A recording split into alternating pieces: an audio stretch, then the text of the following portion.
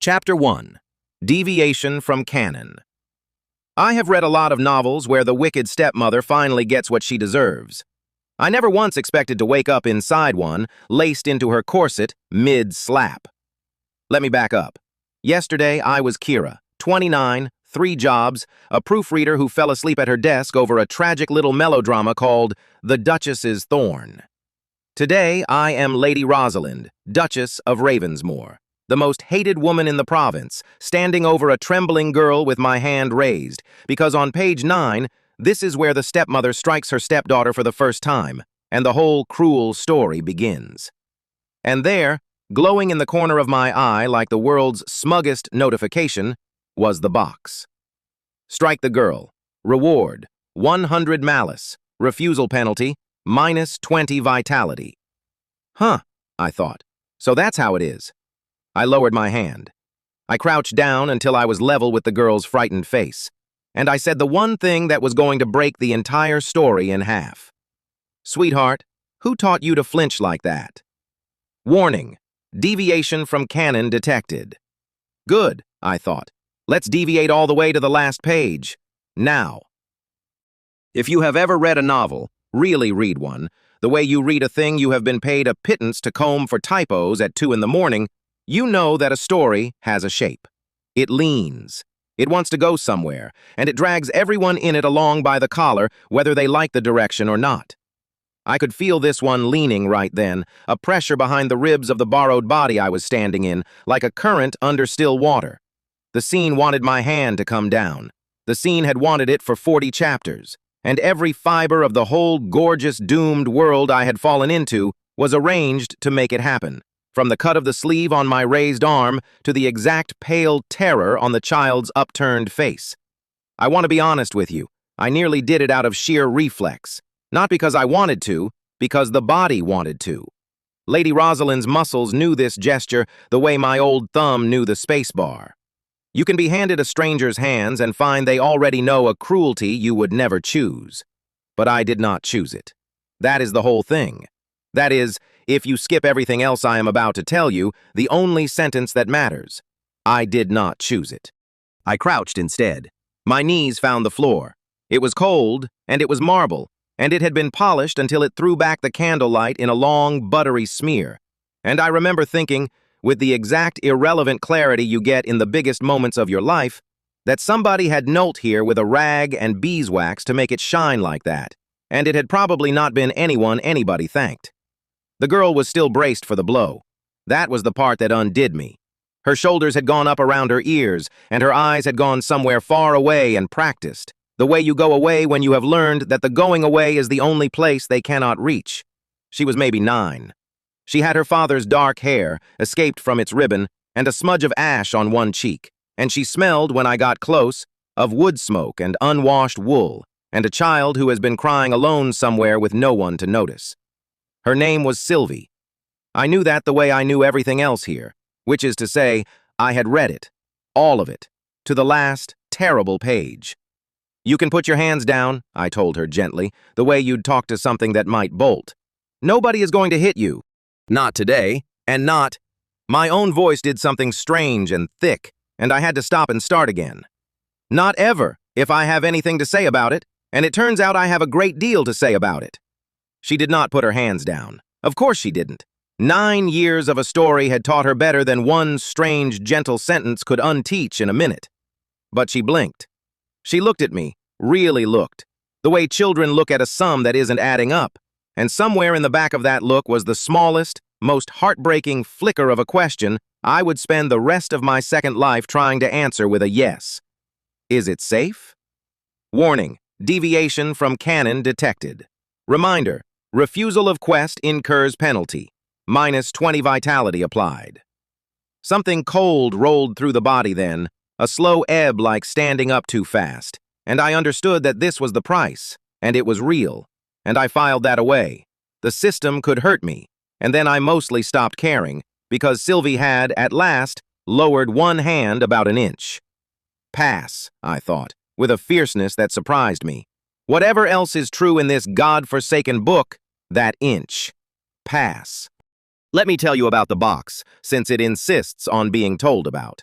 Picture the most self-satisfied error message you have ever received. Now give it opinions.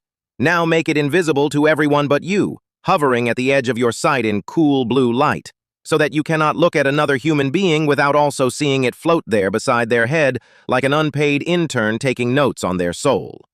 That is the system. I did not name it that. It named itself, in the very first minute, before I had even finished falling out of my own life and into this one. Welcome, host, to the Duchess's Thorn. Your role, Lady Rosalind, principal antagonist. Objective, fulfill the narrative, accrue malice, achieve canon. The story knows its ending, so do you now. Do not disappoint it. Antagonist, I'd said out loud, in the split second before I clocked the child and the raised hand and everything else.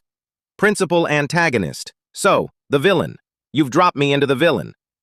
The most hated woman in the province, the system had agreed, with what I would come to recognize as pride. Congratulations. Here is the thing it did not know, and did not think to ask, and would spend the next long while learning the hard way. I had read the book. Not skimmed it, not once through'd it for the plot. I had proofread it, a different, meaner, more intimate act of reading, the kind where you catch every seam and every lie, where you notice the author says the fireplace is on the east wall on page 40 and the west wall on page 200, where you learn a story's tells the way a card sharp learns a table. I knew the Duchess's Thorn better than its own author, because I had read it awake, and read it tired, and read it 4 times to catch a stray comma, and somewhere in there the story had stopped being ink and started being a place I knew, with corridors I could walk in the dark. And I knew what happened to Sylvie in it. I am not going to lay the whole thing out yet because you should hear it the way I had to sit with it, in pieces, in the dark, over the days that followed. But I will tell you the shape of it, the direction the current wanted to drag us all. The wicked stepmother torments the innocent girl, frames her, shames her, casts her out into a world that eats girls like her for breakfast. The girl suffers, and suffers beautifully, because that is what the book is for.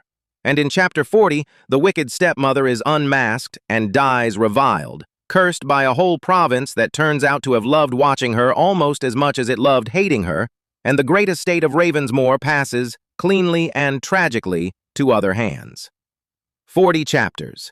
That is what the book had allotted me. 40 chapters to be the worst woman anyone in this world had ever met. I stood in the middle of it with cold marble under my knees and a flinching child in front of me and a smug blue box floating at my shoulder, and I thought, no. Not no like a tantrum. No like a proofreader's pencil, drawn firm through a line that is wrong. The room so you can see it, the sort that costs a fortune to make look effortless. High windows, taller than a man, running with rain. It had been raining since before I arrived. A steady gray wash against the glass that turned the whole afternoon to underwater light. Candles everywhere, in silver because it was that dark. The smell of hot wax laid over the deeper smell of beeswax polish some poor soul had rubbed into every surface until the wood glowed like syrup. A fire let to burn low. A tea service forgotten on a side table, the cup gone cold and skinned over, because the woman I now was had not been the sort anyone dared remind to drink her tea. It was beautiful. I want to be clear about that because it matters to what comes later. One of the most beautiful rooms I have ever stood in, and it was doomed, and everyone in it was doomed, and the beauty was part of how the doom got done. Because who looks past a room like that?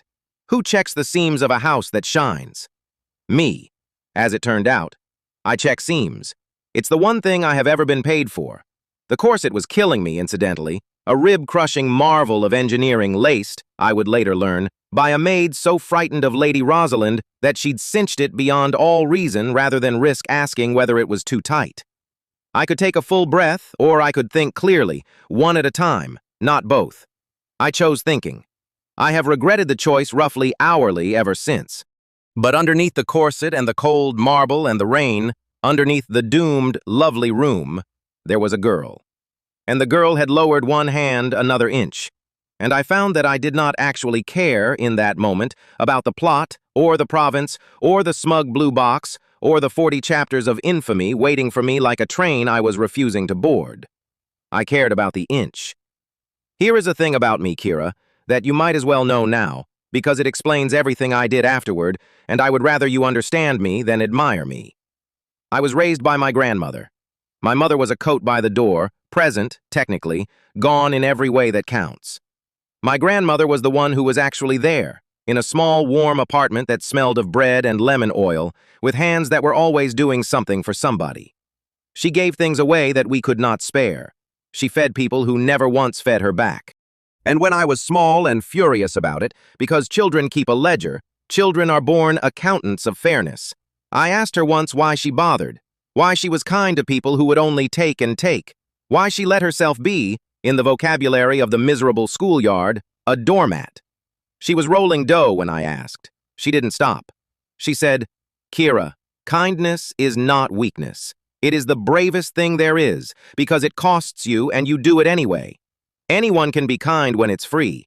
Be kind when it costs you. That's the whole of it." I did not understand her for about 20 years.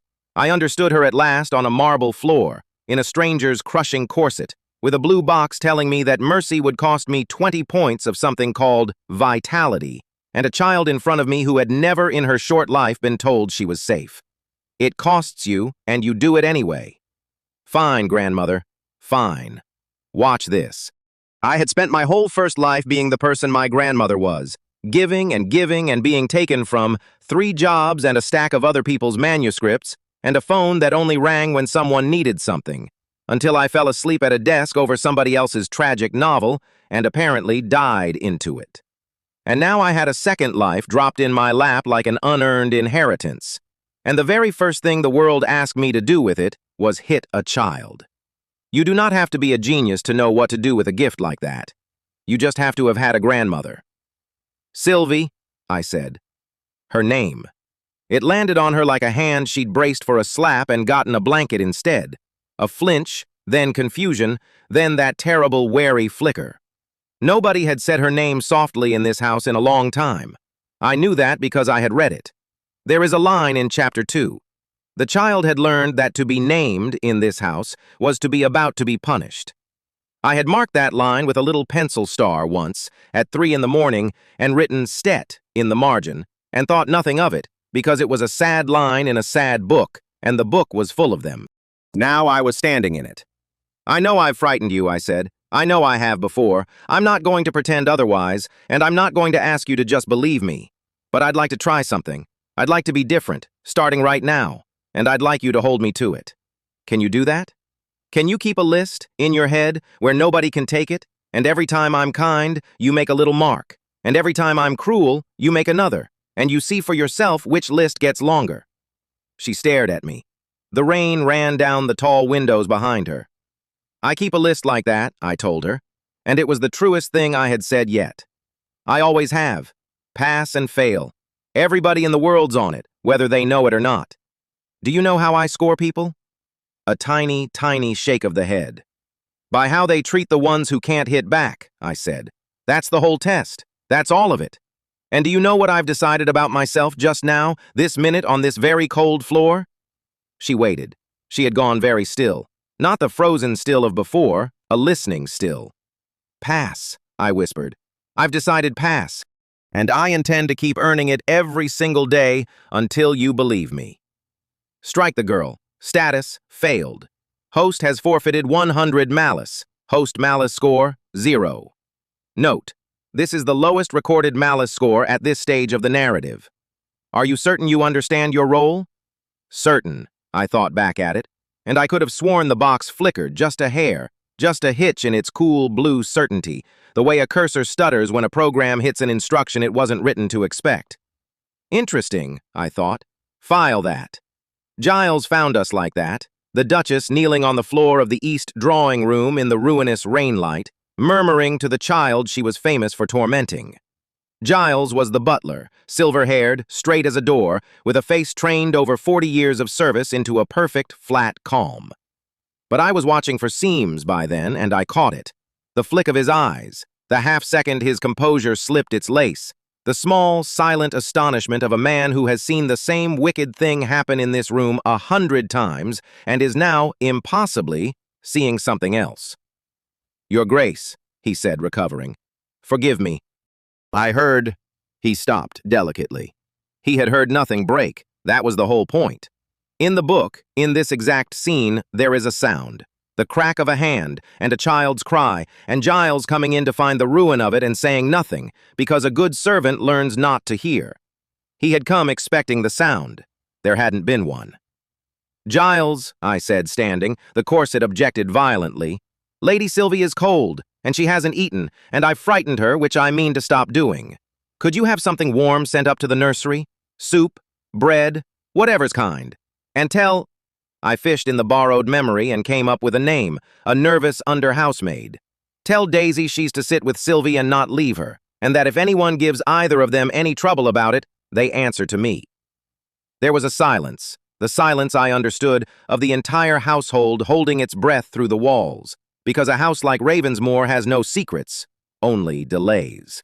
By supper, every soul under this roof would know the Duchess had knelt on the floor and been gentle, and not one of them would believe it, and all of them would watch to see when the cruelty came back, because they had read their own story, too, in the only script the wicked stepmother had ever given them. "Very good, Your Grace," said Giles. And then, because he was a better man than his training, he added quietly in a voice not quite meant for me, "It's a kind thought." And he graded me. I saw it happen, the exact way I grade everyone, this old, careful man, running the tally in his head, revising a number he had carried a long time. "Pass, Giles," I thought, watching him go. "You too. You've been in this book a long time, and you never once had a good reason to hope, and you hoped anyway. Pass." That was the first evening. I would like to tell you it got easier from there, but you have read The Shape of the Thing, and you know the shape of the thing does not release you just because you have gotten sentimental on a cold floor. Because here is what I remembered, sitting in Lady Rosalind's monstrous cold bedchamber that night, with the rain still going and the candle guttering low in its own wax, and a cup of tea I had insisted, weirdly, on making warm and drinking myself. There was a clock running. There had always been a clock running. I just hadn't heard it start. In The Duchess's Thorn, the machine of Sylvie's ruin does not idle for long. 2 days after the scene on page 9, 36 hours near enough, from where I was now sitting, the family gathers. It is meant to be a happy thing, a small formal presentation, the child brought out before the household and a few important relations to be looked over and approved. The first public step of a young lady of a great house. In the book, it is where the tragedy takes its first real bite. In the book, it is the evening Sylvie is set up to shame herself in front of exactly the people whose good opinion could have saved her. The evening the whole machinery of framing her, isolating her, casting her out begins to turn in earnest, in a room full of smiles. And I knew, now, a thing the book had never bothered to say plainly, a thing I had only worked out at the very end on my 4th read with my pencil going still in my hand. The stepmother didn't build that machine. The stepmother was a lever in it. Somebody else's hand had been on the pen the whole time and had made very, very sure that everyone in the province spent 40 chapters watching the wicked stepmother, so that nobody, not once, would think to look at who was really doing this to a 9-year-old child, and why. Somebody wanted Sylvie destroyed, somebody specific, and they had gone to elaborate, patient, elegant trouble to make certain the world would blame me for it and never ask another question. The candle threw its light against the tall, dark, streaming windows. Somewhere down the corridor, a small girl was, I hoped, eating warm bread for the first time in too long, with a nervous maid keeping watch. The blue box hung quiet at my shoulder for once, sulking, recalculating. I picked up the cold-turned-warm tea, and I drank it. And I made myself a promise in the language I actually speak, which is the language of margins and corrections, and the stubborn belief that a wrong line can be fixed if you are willing to draw the pencil through it. A story stays a tragedy only as long as everyone agrees to play the part they were handed. I had read the whole book. That was my one advantage, the single card the system had dealt me by accident and could never take back. I knew every beat before it fell. I knew where the trap was because I had already watched it close, on a printed page, over and over, until I could have walked it blind. 36 hours from now, the machine would take its first bite, and I would be standing exactly where it expected me, the wicked stepmother, right on cue, except this time the wicked stepmother had read the ending and did not think it was final, and had absolutely no intention of playing the part she was handed. The novel gave me 40 chapters to become the most hated woman in the province.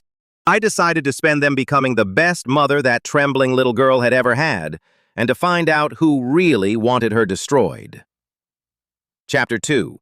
Pass/fail. The bread was the first thing that broke my heart. I had gone down to the breakfast room early, partly because a corset laced by someone who hates you does not encourage a lie-in, and partly because I wanted to see the household before the household could arrange its face for me. Villainesses, I had learned in one full day of being one, are performed at. People smooth themselves into the shapes they think you want before you enter the room. If I wanted to know who Lady Rosalind really lived among, I had to arrive before the smoothing. So there I was, at an hour when the candles were still doing the work the sun hadn't started, and there was Sylvie, small, spine straight as a fireplace poker, sitting at the vast table like a defendant awaiting sentence, and I watched her, thinking I was unobserved, take a roll, and then another, and then, with the swift, shameful precision of a practiced criminal, tuck the second into the pocket of her pinafore. She froze when she saw me, every muscle in her 9-year-old body committed to the single project of becoming invisible. "That one's for later," she said. It came out fast and flat, a confession rehearsed for years. "I know I'm not supposed to. I'll go without at luncheon. You don't have to send anyone up. I'll do it myself." I understood it with my whole body before I understood it with my mind. She hoarded bread because she had learned in this house that food could be taken away from her, that going hungry was a punishment kept loaded and ready. She was rationing against a famine she had every reason to expect. And there, right on schedule, glowing smug and translucent in the corner of my eye like a notification from hell's own help desk, was the box. "The girl has stolen bread. Confiscate it. Deny her the noon meal. Reward, 60 malice." Reminder, in canon, this is the morning the Duchess begins starving the child into obedience. Recommend compliance. "Recommend compliance," I muttered. "You recommend it the way a cat recommends you keep petting it or lose a finger." Question. Clarify. Later. I crossed the room instead and sat, not across from her in the throne of judgment, but in the chair right beside her, close enough that she flinched, and I hated the flinch, and filed it away with all the other evidence I was collecting against this house. "Sweetheart," I said, and I set the basket directly in front of her, on her side of the table, like a moat she now owned. "Take the whole basket. Take it to your room. Keep it under your pillow if you like. You will never, as long as I am breathing, have to earn your breakfast." She looked at the bread. She looked at me. And then she did the thing that undid me. "Thank you," she whispered, "for not hitting me." Reader, I have been thanked for a great many things in 2 lifetimes. Tips, references, overtime I didn't complain about. Nobody had ever thanked me for not hitting them, in the small, careful voice of someone thanking you for weather they didn't expect to survive. Something in my chest folded up like a badly returned tent. Warning, deviation from canon detected. Kindness registered. Penalty applied. -15 vitality. I opened my private ledger, the one only I could see, the one I'd started keeping the moment I realized the system kept score of cruelty and nobody kept score of the other thing. I made a note. Sylvie. Hoards bread against a starvation she's been taught to expect. Thanks, people, for the violence they don't do. Pass. Pass 1,000 times. She is 9, and already braver than anyone in this house, because she keeps hoping in a place that gives her no reason to. "Eat," I said gently. "All of it. And then we are going to have the most boring day either of us has ever had, and nobody is going to take anything from you during it. That's a promise. I keep those now." She ate a roll. She watched me the entire time, the way you watch a dog that has never bitten you but easily could. But at the end, she took a 4th roll, deliberately, in front of me, testing the walls of the world, and when I only nodded, she almost smiled. Almost is a start. I'd take almost. I had 40 chapters to reach a real one. If Sylvie was the reason, the rest of the house was the syllabus. I spent that morning learning it, grading as I went, because a proofreader never really retires. She just changes what she's marking up. Giles, the butler, was first. Old, upright, a face like a well-kept ledger of its own.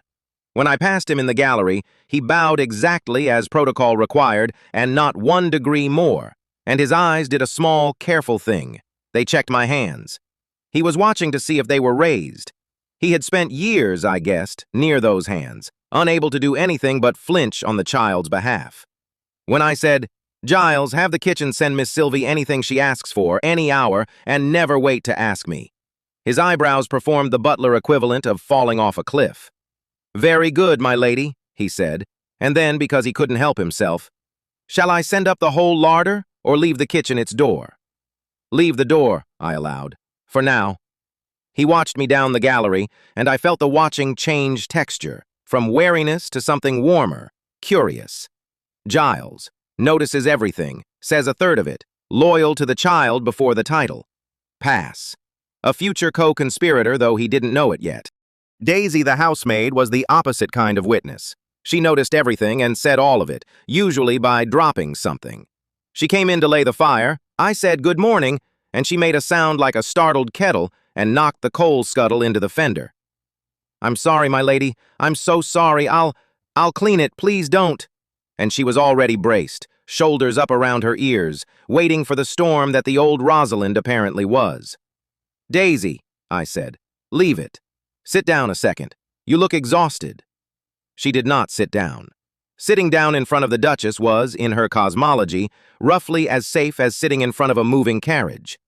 But she stopped bracing, by increments, like a fist opening one finger at a time, and stared at me with her mouth slightly open. "You said good morning," she said in the tone of someone reporting a miracle to a skeptical parish. "I did. Brace yourself for more of it." She fled. But she fled thinking, and that was the whole game. Daisy, terrified, kind under the terror, drops things when moved. Pass, and give the girl a raise the second I figure out how money works in this realm. The system, meanwhile, was having a hard morning. Dismiss the girl's governess. The woman is fond of the child and encourages her reading. Sever the attachment. Reward, 120 malice. This one arrived while I was actually meeting the governess, a tired, spectacled woman named Mistress Albright, with a small, sad, valise-shaped resignation permanently packed behind her eyes. In the novel, I remembered now, Rosalind fires her in Chapter 11 precisely because she is kind to Sylvie, and the child loses the one adult in the house who reads to her. I had proofed that miserable little chapter at 2 in the morning and been furious at a fictional woman. "Mistress Albright," I said, "I'm told you encourage Sylvie's reading." The valise behind her eyes clicked shut. "Here it comes," said her whole posture. "I'd like you to encourage it a great deal more," I said. "Double her book allowance. Order whatever you think a bright girl should have. Send the bills to me and to no one else in this house. And thank you for staying. I know it hasn't been easy." The governess opened her mouth, closed it, and then her eyes went bright and wet, and I had to pretend to be very interested in a window while a grown woman quietly fell apart with relief in my sitting room. Quest declined. Warning, deviation from canon detected. Penalty applied, -20 vitality. Current vitality precariously low. The system advises the Duchess to commit some cruelty before nightfall to restore balance. "The system advises," I said under my breath, "the way an iceberg advises a boat. The metaphors are noted. They will not save your vitality." They wouldn't.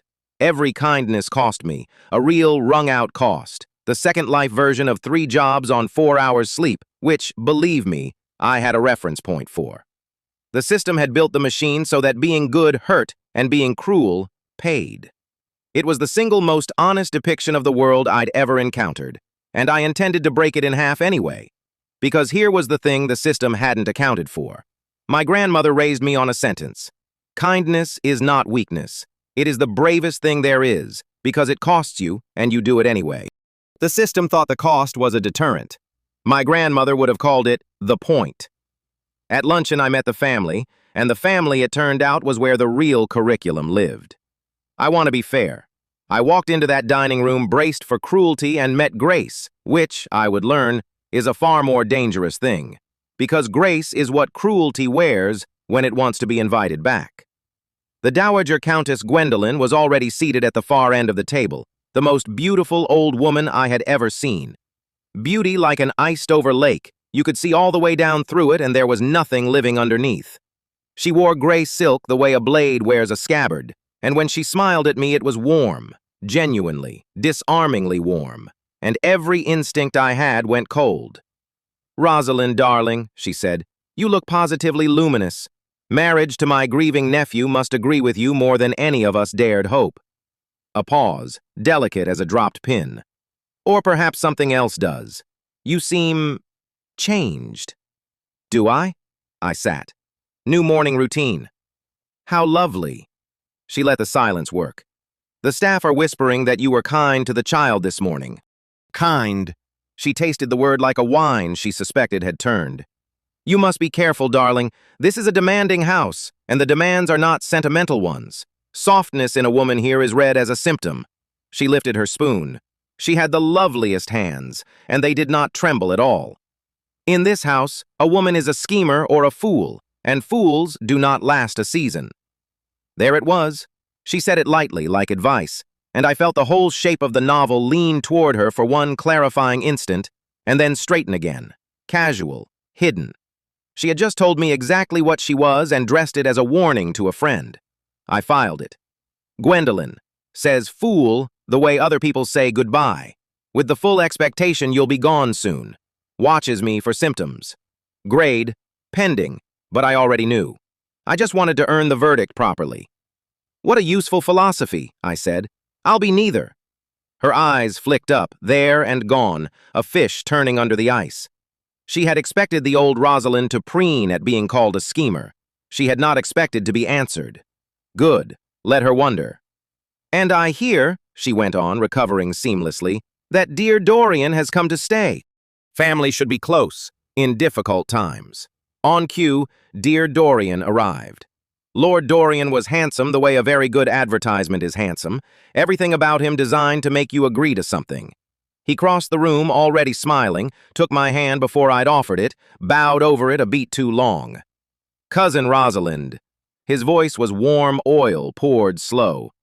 "They said you'd grown cold and cruel, and I came prepared to be disappointed. But here you are, warmer than a hearth. The rumor does you a terrible injustice." "People love a wicked stepmother," I said.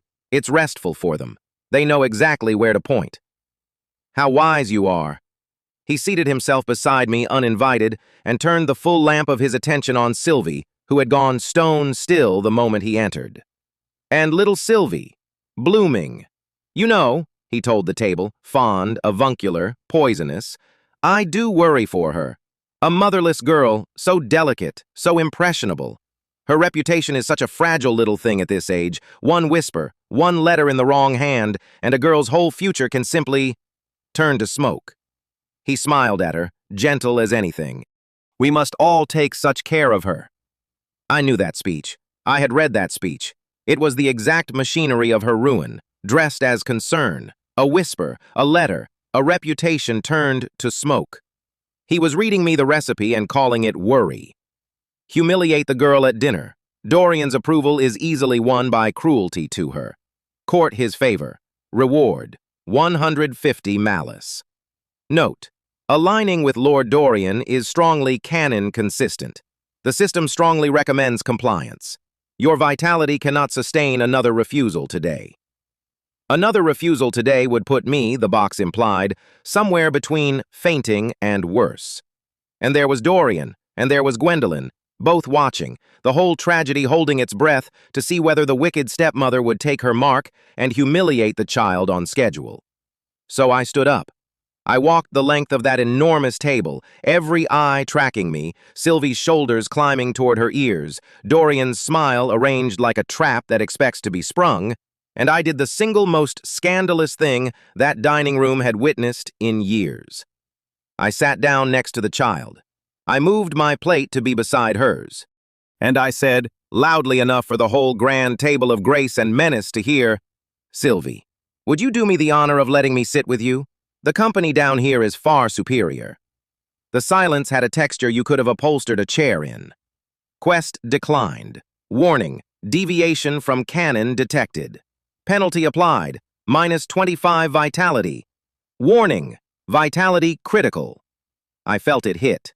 A gray wave, a swimming at the edges, the corset suddenly a serious opinion about my breathing. I planted a hand on the table and smiled through it and did not, by the grace of everything, faint on the villainess's dining floor. Sylvie looked up at me.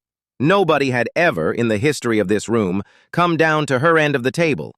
Her almost smile made its second appearance of the day. "The company's better up there," she whispered, trying to save me from social ruin. "You'll be talked about." "Sweetheart," I whispered back. "I am the most talked about woman in the province. It's practically my job. Let them earn their gossip watching me eat with the best person here." Down the table, Gwendolyn's spoon had stopped, a small silver pause. Dorian's smile had gone fixed at the corners, an advertisement with a printing error. They had watched me refuse the mark, and worse, refuse it warmly, in a way the room couldn't misread as anything but affection, in front of the very witnesses meant to carry my cruelty out into the province like water in a bucket. I had spent vitality I couldn't spare to publicly love a child they needed everyone to believe unlovable. They were watching for symptoms indeed, and I had just shown them one. The Duke came home that evening, and the Duke was a different problem entirely. Tristan Blackwood arrived travel-worn and grief-cold, and the house dropped a degree when his boots hit the entrance hall, the way a house holds its breath around a man who has forgotten it's allowed to breathe. In the novel, he was a locked door of a man, deceived, distant, mourning a first wife he'd loved and lost, blind to everything under his own roof because looking directly at his life hurt too much. I'd wanted to shake him. He found me in the corridor outside Sylvie's room, where I'd been, I'll be honest, hovering, to make sure she got the extra lamp I'd sent up for her reading. He stopped. He looked at me for a long, cold moment, nothing warm in it at all. "They wrote to me on the road," he said, low, even, dangerous the way still water is dangerous. "That my wife has spent the day being tender to my daughter, to the staff." A muscle moved in his jaw. "You have never in your life been tender, Rosalind, so I'll ask plainly, and I'll know if you lie. What do you want?" And there it was, the cold, the suspicion, the man who had lived long enough with schemers to know that sudden softness is usually a longer knife. He wasn't wrong to think it. In this house, kindness was suspicious, because in this house someone had made very sure that all of it was fake. "I don't want anything," I said. "Everyone in this house wants something." "Then I'm the first exception you've met." I let him see I meant it. "Your daughter thanked me this morning for not hitting her, Tristan. She hoards bread because she thinks she'll be starved. Somebody taught her that. It wasn't you. You weren't even looking. You want to know what I want? I want to be the reason she stops flinching. That's the whole plot. You can suspect me all you like while I do it." Something crossed his face, too fast to name, but it wasn't cold. It was the look of a man told his house is on fire in a room he never enters. He didn't answer. He looked at Sylvie's door, at the warm line of new lamplight under it. Then he turned and walked away without a word. But he'd heard it. I had watched it land. Duke Tristan, frozen, not cruel, grieving so hard he'd stopped looking, suspicious of kindness because in this house, kindness has only ever been bait. Grade, pending. A man who stops looking isn't the same as one who doesn't care. He'd just been given a reason to look. We'd find out what he did with it. That night I sat by my window with cold tea I'd forgotten to drink and rain starting on the tall, dark glass, and I added up the day's damage. My vitality was a sliver. My reputation was in free fall. Giles had murmured that the servants' hall was buzzing that the Duchess had gone strange, half of them thinking I was scheming, and the other half that I was ill, and not one of them thinking I was simply kind, because kindness was not a hypothesis this house permitted. Society already despised the wicked stepmother. Now it merely had fresh reasons and a new confusion. I was underestimated in every direction at once, which, I had decided, was going to be my greatest weapon. Let them watch for my next cruelty. Let them lean forward, waiting for the villainess to strike. I would spend every watched moment loving a child louder than they could scandalize her, and by the time they understood, it would be far too late. But sitting there in the rain light, ledger open, something kept snagging. Because the cruelty in this house wasn't loose. It wasn't the weather. I'd been treating it like a climate, a fixed, miserable fact. But a climate doesn't schedule itself. And this had a schedule. Sylvie expected starvation on a specific model. Dorian arrived reciting the exact mechanism of her ruin like a man reading his lines. Gwendolyn warned me off softness the way a stage manager corrects an actress wandering off her mark. The governess was meant to be fired in Chapter 11. Everyone had a part. Everyone had a cue. You don't get cues from chaos, you get cues from a script. Somebody benefited from this girl's destruction. Somebody had assigned the wicked stepmother her role and made very sure the whole province watched her raise her hand, so that no one would ever turn their eyes to the far end of the table, to the lovely gray woman with the steady hands, and ask who profited when Sylvie Ravensmoor turned to smoke. This wasn't a tragedy that happened. It was one being written. I closed the ledger. Outside, the rain wrote its long lines down the glass, and I thought, not careless. Somebody's hand was moving. Somebody in this house was writing the tragedy. I intended to find the pen. Chapter 3. The Duchess's Thorn. Sylvie fell asleep against my shoulder halfway through the third bedtime story, and I did not move for a very long time, because I had figured out that if I stayed perfectly still, she would sleep. And if I so much as breathed wrong, she would jolt awake with her arms already up, ready for a blow that wasn't coming. So I sat. Cold tea gone forgotten on the little table. Rain on the tall windows, the good kind, the kind that makes a room feel like the last dry place in the world. The candle guttering. A 9-year-old's whole weight against me, trusting me by accident, and me not daring to earn it back by scaring it away. And I thought, I know exactly how this ends. That was the terrible part. Not the corset, not the province full of people who spat when they said my name, not the smug, glowing box in the corner of my eye keeping score of a war it did not yet understand it was losing. The terrible part was that I had read the book. Let me tell you the book. Somebody should, finally, honestly, because the book never told the truth about itself. That was rather the whole point of it. The Duchess's Thorn is 400 and some pages of beautifully written cruelty. And I know that because I proofread it for a flat fee and a deadline, in a life that now felt like a story I'd read about someone else.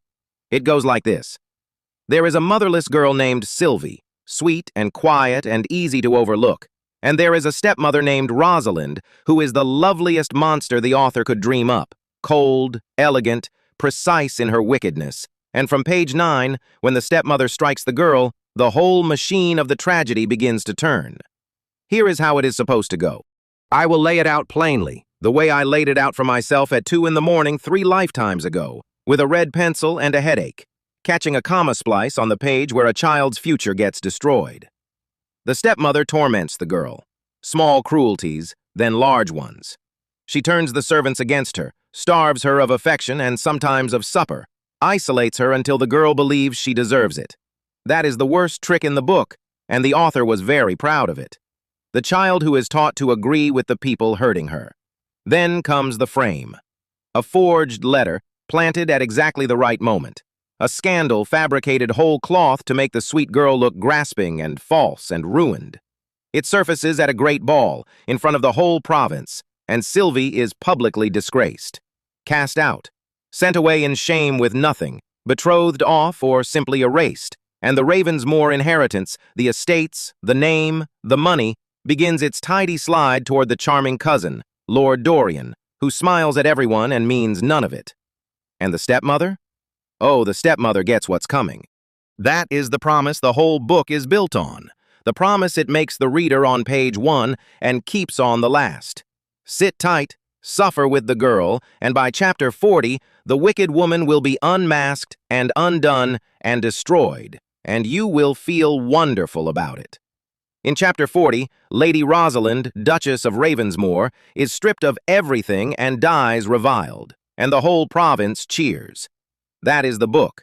That is the story that, at present, I was the villainess of, sitting in the dark with the villainess's stepdaughter asleep on the villainess's shoulder, feeling the villainess's borrowed heart do something the author never wrote it doing. Reminder. Canon deviation persists. References resume the tragic script. Available quest. Wake the girl harshly. Reward. 60 malice. No, I whispered.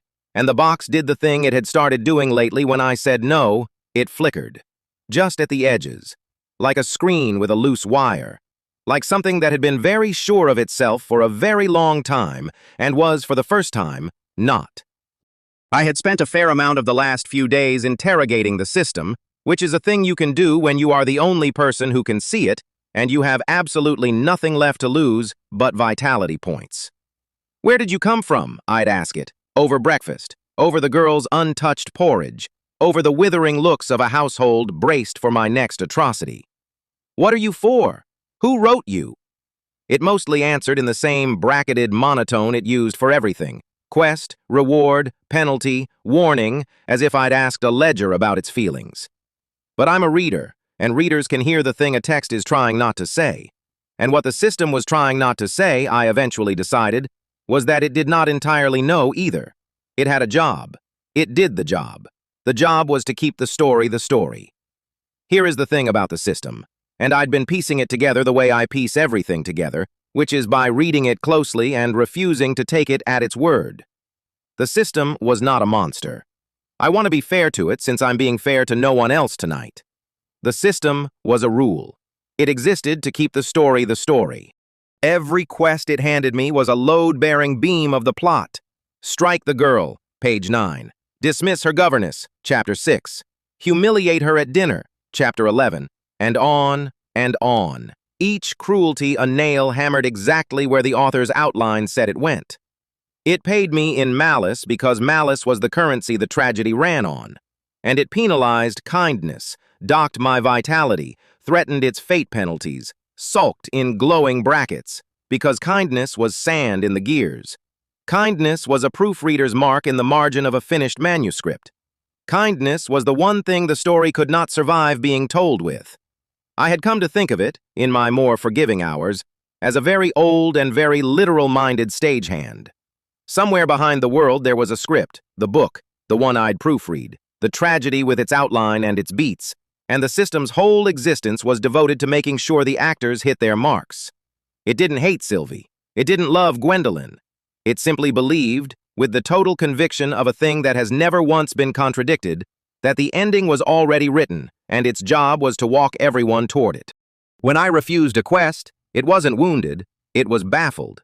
It was a stagehand watching the villain stroll off the stage in the middle of the murder scene and turning, slowly, to see whether anyone else had noticed the world was ending.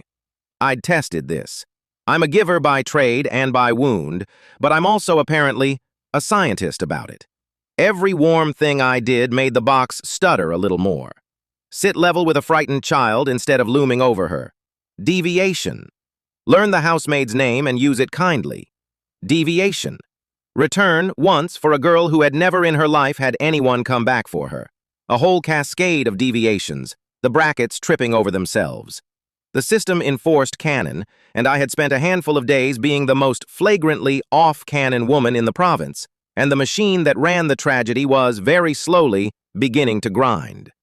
Good, I thought again, the way I'd thought it on page 9. Grind. But none of that, not the book, not the system, was the thing that had actually stopped my breath at 2 in the morning, red pencil in hand, in the life before this one. The book's cruelty I'd expected. It advertised it. No. The thing that got me was the thing the book didn't say. The thing I only caught because catching things I'm not supposed to catch is the entire job. I found it on a reread. You always find it on the reread.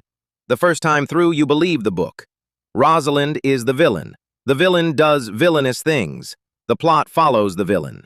Clean. But I'd had to go back through for consistency. That's proofreading. You read it forward for sense and backward for lies. And reading it backward, I noticed something the author had been very, very careful about. So careful that I think the author may not have fully known they were doing it. The stepmother never had a reason. Every cruelty Rosalind committed was perfectly placed and perfectly motiveless. She hated the girl because the plot needed her to hate the girl. She schemed because Chapter 12 required a scheme.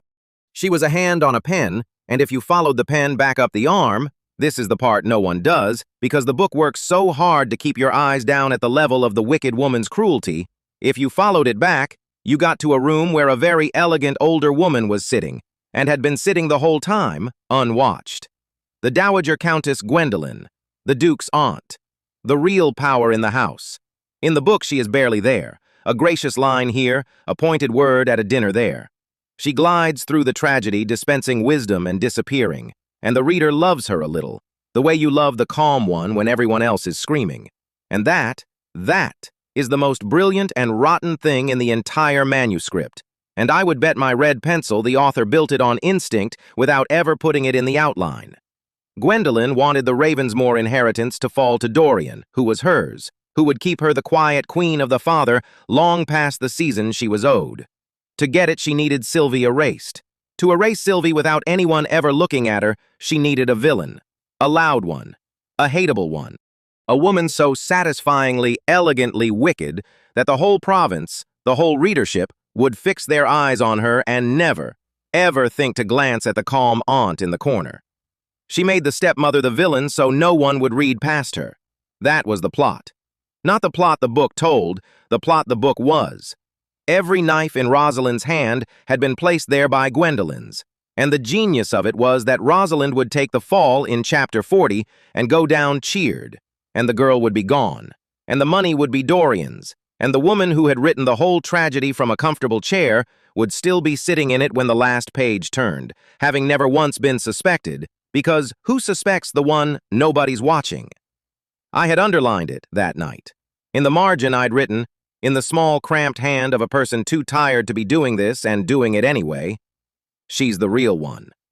And then I'd written, because I could not help myself, because some stubborn thing in me has never once been able to leave a wronged party undefended, even a fictional one at 2 in the morning, someone should tell. And then I'd fallen asleep at my desk and woken up here, inside the villain, on page 9. If there is a cosmic sense of humor, and I have come to suspect there is, it read my margin note and said, "You tell them then." Sylvie stirred against my shoulder. I froze. She settled. The little breath of her evened out again, and I got the smell of her hair, warm and childish and clean, and something in my chest that the author had definitely not budgeted for went and cracked right down the middle. Because here is where I have to tell you about me, and I'll be quick, because self-pity is a boring genre, and I've read enough of it to know. I was Kira, 29, 3 jobs, because 2 didn't cover it and 4 would have killed me. A proofreader, a copy editor, and on weekends, a person who read other people's manuscripts for other people's dreams and got paid in exposure. I was, in the vocabulary of every women's magazine, a giver, which is a kind word for a person who has been trained expertly from very young to meet everyone else's needs and quietly forget she has any. You know the type. You may be the type. We are the ones who say, it's fine. We are the ones who take the smallest slice and call ourselves full. We are the ones people describe at our funerals as so selfless, never once wondering what the self was doing while it was being handed out to everyone else for free. My mother had been a taker, gracefully, the way some people just are, and the household ran on my willingness to be the one who gave, the way that book ran on Rosalind's willingness to be the one who was cruel. There is a version of your life you get handed before you're old enough to argue, and mine came with a role already written into it in someone else's hand. The reliable one, the one who wouldn't mind, the one you didn't have to worry about because she was too busy worrying about you. I was praised for it. That's the trap. That's the whole trap. They praise you for it, so you keep doing it. And the praise is the payment. And the payment is a lie, because it costs you everything and returns you a word. So good, so helpful, so selfless. I collected those words like a child collecting pretty stones, and one day I looked down and realized I'd been building my own cairn with them, and there wasn't a self left underneath. I learned to flinch, too. Not from a raised hand. Mine was a quieter house than Sylvie's, but from need. I learned to read a room for what it wanted from me and provide it before I was asked, so that I would never be caught having failed to. That is its own kind of flinch. You just do it with a smile. The one person who ever looked at me and saw the self and not the service was my grandmother, who raised me in the gaps. She was not a soft woman. People think kindness is softness, and they are wrong, and she was the proof. She was sharp and funny, and she did not suffer fools, and she was the kindest human being I have ever known. And she told me one thing, once, that I have carried like a stone in my pocket ever since, worn smooth from holding. I'd come home in tears because I'd given and given to a friend who'd taken and then turned on me anyway. And I'd said, small and furious, that I was done, that being kind just made you a fool, that fools got eaten. And my grandmother took my face in her two dry hands and said, "Kindness is not weakness. It is the bravest thing there is, because it costs you, and you do it anyway. Because it costs you, and you do it anyway." She died the winter I turned 24, and I did not, in the years after, do a very good job of honoring that. I confused being kind with being used. I let people write me as the giver, and I played the part, because it was the part I was handed. And this is the whole thesis of my strange new life. A story stays a tragedy only as long as everyone agrees to play the part they were handed. I had agreed. For 29 years, I had agreed. I gave until there was nothing, and one night I fell asleep at a desk over a book about a woman destroyed for a crime she was only ever holding for someone else, and I woke up with a second life in my hands and a slap on my dance card. And I looked at the glowing box offering me 100 points to hurt a child, and I understood, instantly, cellularly, the way you understand something you've waited your whole life to be asked, that I had been handed the one part I would rather burn the whole book than play. So no, I would not spend a second life being cruel. I had already spent a first life being handed to people. I was not going to spend this one being wielded. If this world wanted a villainess, it had picked the wrong, tired woman. Which brings me to the girl asleep on my shoulder. I keep saying I read the book with a proofreader's eye. Here is the last thing that eye caught, and it caught it not at the desk, but here, in this room, tonight, with the rain going and the tea cold. I looked down at Sylvie, at the way she slept in her clothes because a body that expects to be woken and turned out doesn't undress. At the crust of bread I'd found under her pillow that afternoon, hoarded, because a child who has been starved as a lesson keeps a supply against the next lesson.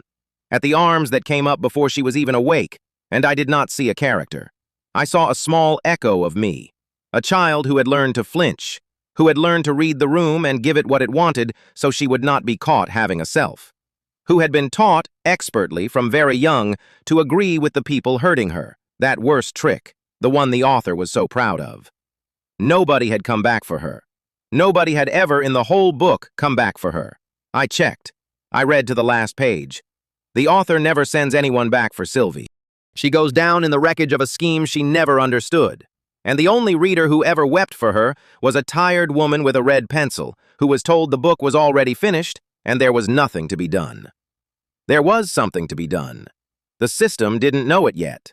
The dowager, gracious and unwatched in her chair, certainly didn't know it.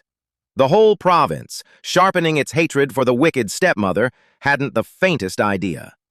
But I knew a thing none of them knew, the one advantage that could never be taken from me, worth more than every point of malice the box could offer. I had read the book to the last page. I knew the forged letter before it was written. I knew the ball before it was scheduled, the words that would be read aloud, the exact shape of the silence after. I knew Dorian's smile for the counterfeit it was, and Odette's hand for the forger's hand it would be, and Gwendolyn's calm for the pen it had always secretly been. I knew where every nail was going to be hammered because I had run my thumb over all of them already, backward, at 2 in the morning. And I knew the one thing the architect of the whole tragedy had staked everything on not being true, that the villain she'd built to take the fall would, obligingly, take it. The box flickered again in the corner of my eye. Smaller now, almost I thought, and maybe I was being generous, I am always being generous, almost uncertain. Sylvie made a small sound in her sleep, not a frightened one, and turned her face further into my shoulder, and I stayed exactly still. And I made her a promise I did not say out loud because saying it out loud wakes people up. I made it in the margin, where I make all my truest notes. Somebody should tell, I'd written 3 lifetimes ago, about a woman destroyed for holding another woman's knife. I was somebody. I was, in fact, the only somebody in the entire province who had read to the end and refused to believe the end was final. The tragedy needed everyone to agree to play the part they were handed, and I was about to become the single most disagreeable woman in the history of this or any book. I looked down at the sleeping girl who was a small echo of the child I'd been, the one nobody came back for, and I felt my grandmother's dry hands on my face, and I decided to be the bravest thing there is, the thing that costs you, and you do it anyway. Outside, the rain kept on. The candle held. The province slept, hating me, having no idea. In the book, I die in chapter 40, and the whole province cheers. I have read chapter 40. I intend to give them a very different ending. Chapter 4. The Dowager. By candlelight in the morning room, long after the house had gone to bed, I sat at the writing desk with a cold cup of tea at my elbow and a map of the whole conspiracy spread out in front of me. Not a real murder. Nobody was going to bleed on my watch. I had made that a personal policy roughly 9 seconds into this second life. This was the other kind, the slow, genteel, entirely legal kind, where a 9-year-old girl loses her name, her home, and her inheritance, and everyone at the party agrees she deserved it. The kind the novel had spent 40 chapters lovingly arranging. I had read all 40. So I did what any burned-out proofreader with a photographic memory for other people's misery would do. I made an outline. I dipped the pen, and on a clean sheet of Ravensmoor stationery, I wrote, in my best copperplate, the plot. Step 1, I wrote, forge Sylvie's disgrace. In the book it was a letter, a sweet, damning little forgery in a child's hand, begging some unsuitable stranger to take her away, planted where a scandalized guest would find it at a ball. Proof the girl was wild, ungovernable, a stain. Written, of course, by a hand that was not hers. Step 2. Spring it in public, where shame does the work no accusation could. Ruin travels faster than truth and never has to show its papers. Step 3. Offer the ruined girl one mercy, a betrothal to dear cousin Dorian, who would so generously overlook her disgrace. Or, failing that, the convent, the country, the erasure. Either way, she was off the board. Step 4. With Sylvie disgraced and Tristan grief-blind and the wicked stepmother, me, conveniently on hand to blame for the whole rotten business, the Ravensmoor inheritance slides sideways, out of the girl's line and into a warm, waiting, elegant pair of gloved hands. Step 5. Let the stepmother take the fall for all of it. Let the province cheer when she dies reviled in chapter 40. Keep watching the villain everyone can see, and never, ever look at the woman pouring the tea. I sat back. I looked at my outline. It was, I had to admit, beautifully constructed. Whoever wrote this book had a real gift for architecture. Every beat load-bearing. Every cruelty doing 2 jobs at once, hurting the girl and hiding the hand. There wasn't a wasted scene in it. That was the tell, actually. That was how I'd known, rereading with a red pencil and a headache, that the wicked stepmother wasn't the author of anything. Real villains are messy. They improvise, they overreach, they leave a governess undismissed because they got distracted. This plot had no mess in it at all. Somebody had sat with this scheme the way I sat with a manuscript, trimming, tightening, making sure the reader's eye never once snagged on the seam. And a woman who erases her own seams that carefully is a woman who has done it before. The trouble was, I could do it too. If there's one thing a proofreader learns, it's that every airtight structure has exactly one flaw the author can't see, because they're too close to it, because it's the thing that made the whole scheme possible in the first place. Find that, and the manuscript unstitches in your hands. A scheme, it turns out, is just a manuscript with better manners, and I had never yet met the manuscript I couldn't mark up. Quest available. Publicly rebuke Sylvie before the household. Reward, 250 malice. Note, on-canon behavior restores narrative stability. 250. The system was raising its rates. I know what you're doing, I told it, not looking up. I proofread for a living. I know a discount when I see one. Malice reserves are the currency of your survival, Duchess. Kindness is not a strategy. It is a deficit. I dipped the pen again. Noted, I thought. Put it on my tab. There was a soft cough at the door, and Giles came in with fresh tea I hadn't asked for and didn't need, which was Giles's way of checking on me without ever admitting he was checking on me. He set it down, looked at the cold cup I'd forgotten, looked at the covered sheet under my hand and said nothing at all, which, from Giles, was practically a speech. The Dowager Countess sends word, he said, that she would be glad of your company at tea, in the Blue Salon, this afternoon. Would she? I said. She used the word delighted, my lady. Even better, I capped the ink. In the novel, Gwendolen was barely a presence. a gracious shadow at the edge of scenes, mentioned in passing, forgotten by page 12. That was the whole trick of her. She had made herself furniture so that the reader's eye would slide right over her to the loud, slapping, sobbing melodrama of the wicked stepmother and the innocent girl. Everyone watched the thorn. Nobody watched the hand that planted it. Well, I'd read the last page. I knew whose garden it was. "Giles," I said, "when the dowager takes tea, does she pour, or is she poured for?" He considered this with the gravity the question deserved. "She pours, my lady, always. She says a woman who lets another hold the pot has already lost the room." Of course she does. I stood and smoothed the impossible skirts and caught my reflection in the rain-dark window, Rosalind's face, sharp and lovely and, in the book, so very hated. "Fail," I murmured at the empty air, because I had graded the woman I was about to meet before I'd even sat down across from her, and I had a strong suspicion she'd earned it years ago. "Let's go see the pen." The blue salon was a beautiful room designed to make you feel small in the nicest possible way. Everything in it was pale and expensive and a little cold, like a very polite winter. And in the middle of it, behind a tea service that gleamed like it had been buffed by the frightened breath of the powerless, sat Dowager Countess Gwendolen. She was old the way a blade is old, thinned, honed, all the give worn off. She had a face that had clearly been extraordinary once and had decided extraordinary was a phase and settled instead for merciless. When she smiled at me, it went exactly as far as her cheekbones and stopped, like a servant who knew better than to enter the good rooms. "Rosalind," she said, warm as a hearth, cold as the flu. "Sit. You look tired, my dear. Motherhood does not suit everyone." "It's growing on me," I said, and sat. She poured. Of course she poured. 2 cups, exact, unhurried, the amber arc of it never wavering, and she watched my hands the whole time to see if they'd shake. They didn't. I'd carried 3 jobs and a dying grandmother and a stack of other people's tragic novels. A teacup did not frighten me.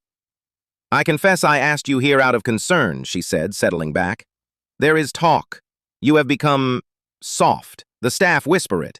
You spared the girl's governess. You were seen reading to the child. Reading. To Sylvie."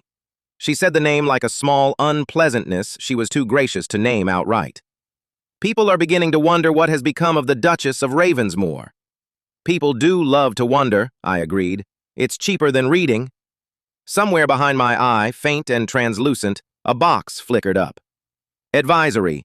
The dowager is a fixed point in the canon. Provoking her accelerates the fate penalty. Recommend deference." Recommend declined, I thought. "You mistake me," Gwendolen went on, stirring nothing into her tea with a tiny silver spoon, round and round, a habit rather than a purpose. "I am not here to scold. I am fond of you, Rosalind. I always have been. It's why it grieves me to watch you make yourself a fool. In this house," she said, and I mouthed the words along with her under my breath because I'd read them on page 104. "A woman is a schemer or a fool. And fools, my dear, fools do not last a season." "I've heard that," I said. Her spoon stopped, just for a heartbeat. The smallest hitch, a skip in the record. "Have you?" she said pleasantly. And here was the part I'd been turning over all morning, the risk I'd decided to take. To let her feel, just once, the floor tilt. Because Gwendolen's entire power was that she was never watched. She moved the pieces in the dark and let the light fall on the stepmother. If I could make her feel seen, genuinely, specifically, impossibly seen, I could crack the one thing she'd never learned to defend, which was her own certainty. So I set down my cup, and I said, gently, like I was doing her a kindness, "Gwendolen, Dorian doesn't love the girl. He's not going to be positioned to inherit through a betrothal that's already half arranged in a room she's never been shown. There's no unsuitable stranger writing Sylvie letters because the letter hasn't been written yet. But it will be, and not in her hand. And when it's read out loud in front of everyone who matters, and the whole province turns on a 9-year-old, everyone will be looking so hard at the disgrace that no one will think to ask who benefits when the Ravensmoor line skips a generation." I picked my cup back up. "How's the tea?" The salon was very quiet. Rain on the windows, the little clock breathing on the mantel. For the length of one long, exquisite silence, The Dowager Countess Gwendolen looked at me the way you look at a chair that has just said your name. I want to be honest. It was the best moment I'd had in 2 lifetimes. Not because I'd frightened her, frightening people is a poor hobby and I don't recommend it, but because I watched a woman who had spent decades certain she was the smartest hand in every room suddenly, briefly, not know something. And not knowing, for Gwendolen, was a wound she had no bandage for. And I have to be careful, telling you this, not to make her sound like a fool. She wasn't. That was what made her dangerous. A fool would have gaped or reached for the bell to have me removed. Gwendolen held perfectly still, and I watched her mind work behind that lovely ruined face, watched her sort my little speech into its possible boxes. Servant gossip? No servant knew half of it. A leak from Dorian? A guess? Too specific for a guess. She was, at that instant, a master architect discovering a stranger's notes in her own private drafts, and unable for the life of her to work out how they'd gotten there. Then she recovered. She was very good. She was, I'll grant her, magnificent. The smile came back up like a portcullis and locked. "What an imagination you've grown," she said softly. "How vivid. One would almost think you dreamed the whole thing." She lifted her cup. "Do be careful, Rosalind. A woman who claims to know the future is only ever one of 2 things. A prophet, a sip, or a lunatic to be quietly put somewhere restful. And this family has always known how to arrange restful places for its inconvenient women. Ask the last Duchess." Her eyes met mine over the rim, bright and patient and absolutely without warmth. "Oh, forgive me, you can't. Poor Sylvie's mother is not available for questions." There it was, the veiled threat, wrapped in 3 layers of tissue and a bow. Play along, sentimental little stepmother, or find yourself declared mad and shelved, the way the first Duchess, Sylvie's true mother, the woman Gwendolen had erased from this house so thoroughly the child barely remembered her face, had been shelved before me. She thought she'd landed it. She thought I'd flinch. I have some experience with flinching. I'd spent 3 chapters teaching a small girl to stop. "That's a lovely threat," I said warmly. "Really, elegant, deniable. You could serve it at a wedding." I stood, and I set down my empty cup with a small, precise click, right in the center of its saucer, exactly where she'd have put it. "I'll return the courtesy. I'm not tired because motherhood doesn't suit me, Gwendolen. I'm tired because I've been up reading. All the way to the end." I smiled, and mine went all the way, past the cheekbones, warm as I could make it, because kindness aimed at the right target is the sharpest thing I own. "Thank you for the tea. You really do pour beautifully. It's the one thing in this room I'd hate to hold against you." And I left her there, the pen, alone in her pale, cold room, holding a pot that had, for the first time in a very long time, gone the smallest bit unsteady in her hands. Dorian was waiting in the corridor, because of course he was, leaning in a doorway with the studied ease of a man who has practiced leaning. Handsome the way a knife handle is handsome, pleasant to hold, right up until you understand what it's attached to. The novel called him the male lead for 11 chapters before it let the reader in on the joke. I'd been in on it since page 1. "Cousin," he said, all dimples. "You look flushed.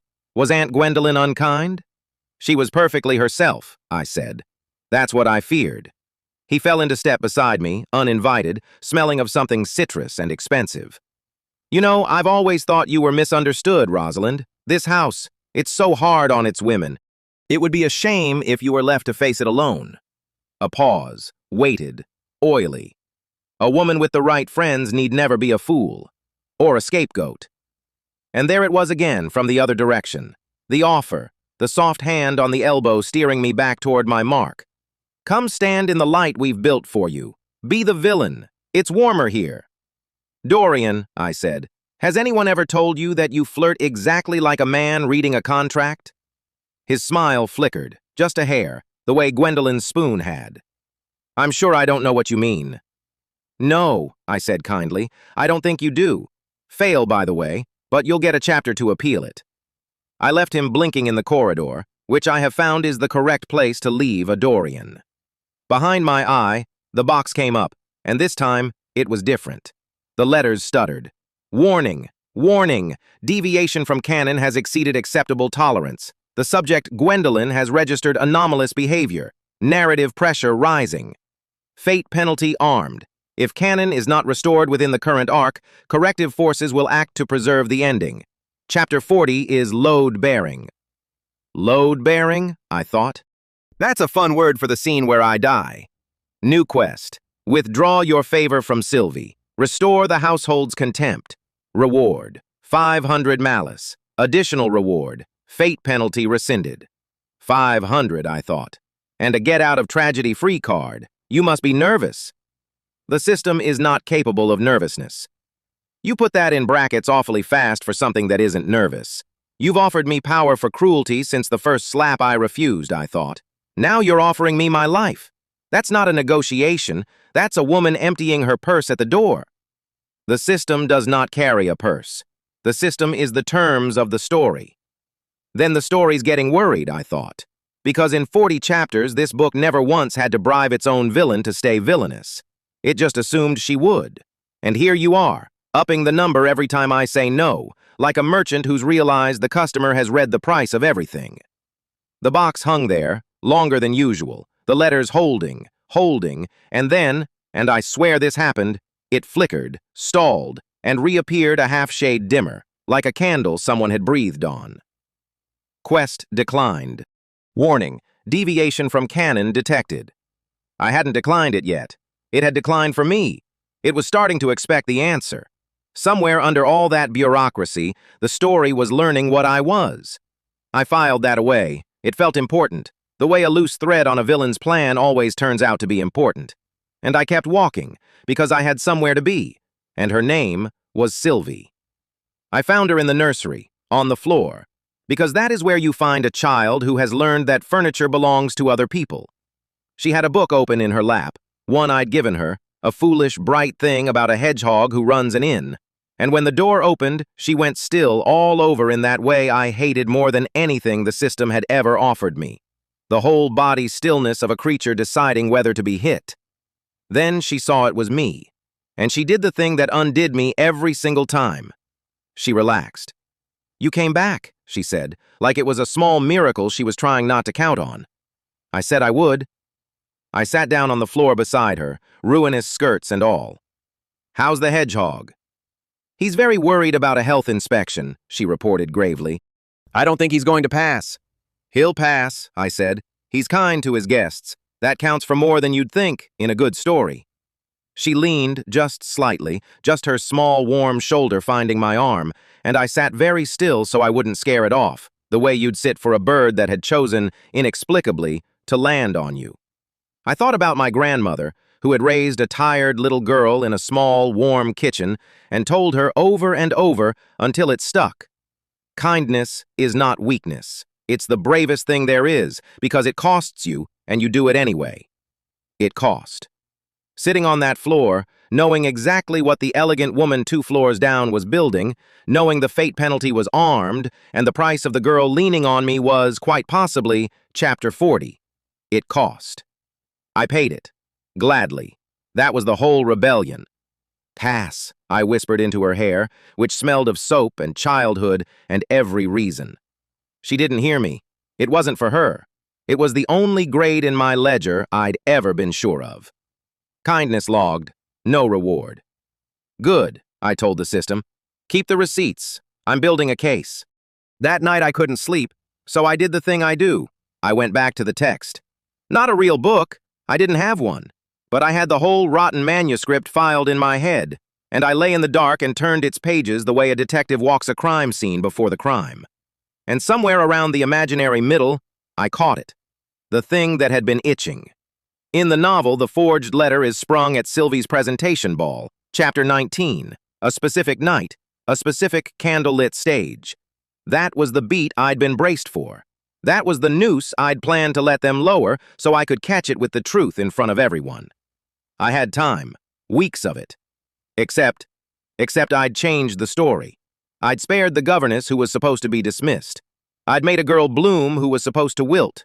I'd sat across from Gwendolyn and shown her the last page of her own book, and a woman like Gwendolyn does not respond to being seen by sticking politely to schedule. I'd rattled the architect, and a rattled architect doesn't wait for the grand unveiling. She moves the beam early. Downstairs at that very hour, though I only pieced it together later, from Giles's careful eyes and a candle burning too long under the dowager's door, Gwendolen was not sleeping either. She was writing a note, in a hand that was not her own, and she was summoning a small, frightened, invaluable woman named Odette, who could copy any hand you put in front of her, and had learned, in this house, never to ask why. And Dorian was being told, with a cool kiss on the cheek and no room to refuse, that the timeline had changed, that the sentimental new Duchess and the too beloved little heiress had become between them a problem best solved before either of them grew any roots the province might come to like. They had decided to frame the girl early, ahead of the book, ahead of me. I didn't know the exact hour yet, but I knew, lying there in the dark with the rain finally stopped and the whole doomed, beautiful house asleep around me, that the countdown had just gotten shorter, and that the one advantage I had, the only one they could never take from me, was that I had read how this ended, and they had merely written it. One of us had read the ending. Only one of us thought it was final. Chapter 5. The Forged Letter. Odette thought she was alone in the East Corridor at 3:30, which is the exact wrong thing to think in a house full of servants who had learned, that week, to like me. I was not in the East Corridor. I was 2 doors down, in the linen alcove, pretending to inspect a stack of pressed sheets while my heart did a nervous drum roll against my ribs. But Daisy was in the East Corridor, dusting a bust of some long-dead Ravensmoor with the grim focus of a girl who has been told her Duchess wants to know things now, and who has decided that knowing things is the finest work in the world. And Daisy had eyes like a hawk that has just discovered it is loved. She came scurrying back a minute later, cheeks pink, and whispered the report of her young life. She had a paper, my lady. Odette. She tucked it in her bodice when she heard me, and she said a thing to herself. Daisy screwed up her face to get it exact, because I had taught her the exact words were the whole treasure. She said, "Let the little Thorn prick herself, then." Little Thorn. The words landed in my stomach like a cold stone dropped down a well, because I had read them before, not overheard them, read them. On page 211 at 2 in the morning, at my proofreader's desk, with a mug of cold tea gone forgotten at my elbow. It was Odette's line. It was in the book, the sentence the schemers used, in the original, the night they forged the letter that ruined Sylvie Ravensmoor. The letter was real now. It was in Odette's bodice. And it was early. Quest update. Canon event The Forged Letter now in progress. Recommended action? Do nothing. Allow the girl's ruin to proceed. Reward, 300 malice. There it was, glowing with the serene confidence of a thing that has never once doubted itself. 300 malice. It had never offered me 300 of anything. It wanted this one badly. Counteroffer, I murmured. I do a great deal, and you get nothing. Quest declined. Warning, deviation from canon detected. You know, I told it, I'm starting to think that's less a warning and more a personality. Here is the thing the villains did not understand, and the thing the system, for all its glowing certainty, had not yet worked out. They had written the tragedy assuming no one had read it. In The Duchess's Thorn, the letter came together over 3 days like a slow, elegant poison. Odette forged Sylvie's hand, that soft, round, childish script, its letters leaning left like they were tired, into a note begging Lord Dorian to take her away from her cruel stepmother before her presentation. A scandalous, secret elopement a 9-year-old could not possibly have wanted or written, but that would ruin her all the same, because a girl's reputation was a candle, and the whole province stood ready to pinch it out. Gwendolen specified the plan. Dorian supplied his name and the smirking patience of a man who intends to inherit a house through a child's disgrace. Odette supplied the hand. And on the night of the ball, before the whole province, the letter would be produced and read aloud, and Sylvie Ravensmoor would be finished at 9 years old, and the estate would slide, so gently no one felt the theft, toward Dorian. And Rosalind, me, the wicked stepmother, would be blamed for driving the child to it. The visible villain. The one everyone watched, so no one looked at the graceful old woman with her hands folded in her lap. I knew every beat of it. I knew who wrote which line. I had read it to the last page. So I did the thing the system, in 200 years of enforcing canon on the doomed, had apparently never seen a villainess do. I let them. You want to let them build it, said Giles. We were in the wine cellar, a ridiculous place to conspire, and the only room in Ravensmoor where a duchess and her butler could speak for 10 minutes without a lady's maid materializing out of the wainscoting. He held a candle. I held my nerve. 70, if he was a day, dry as good paper, he had been the first person in the house to notice that the woman wearing the duchess's face was not the one who used to wear it. I want them to finish it, I said. Every stitch. The forgery, the plan, the timing. If I stop it now, I stop one letter. Odette writes another. Gwendolen finds a slower knife. I don't want to win the letter, Giles. I want the whole scheme in my hand, in writing, so completely that when I set it on the table, there is nothing left for them to deny. Giles considered this by candlelight. You are, he said finally, a very alarming woman. Thank you. That was not entirely a compliment, my lady. I'm grading it pass anyway. The old man's mouth twitched, the closest thing Giles had to a laugh, a thing he rationed like it cost him coin. Then it faded, and he set the candle on a wine rack and said the thing I think he'd been carrying up from the cellar of himself for a week. I served the first duchess, he said. Sylvie's mother. She was kind, my lady, in a house that had no use for it, and it wore her thin, and then she was gone, and the child learned to flinch, and His jaw worked. I stood in corridors and watched a little girl learn to flinch, and told myself a butler does not interfere. For years. He looked at me, his old eyes bright and terrible. I would like to interfere now, if you'll have an old man in your scheme.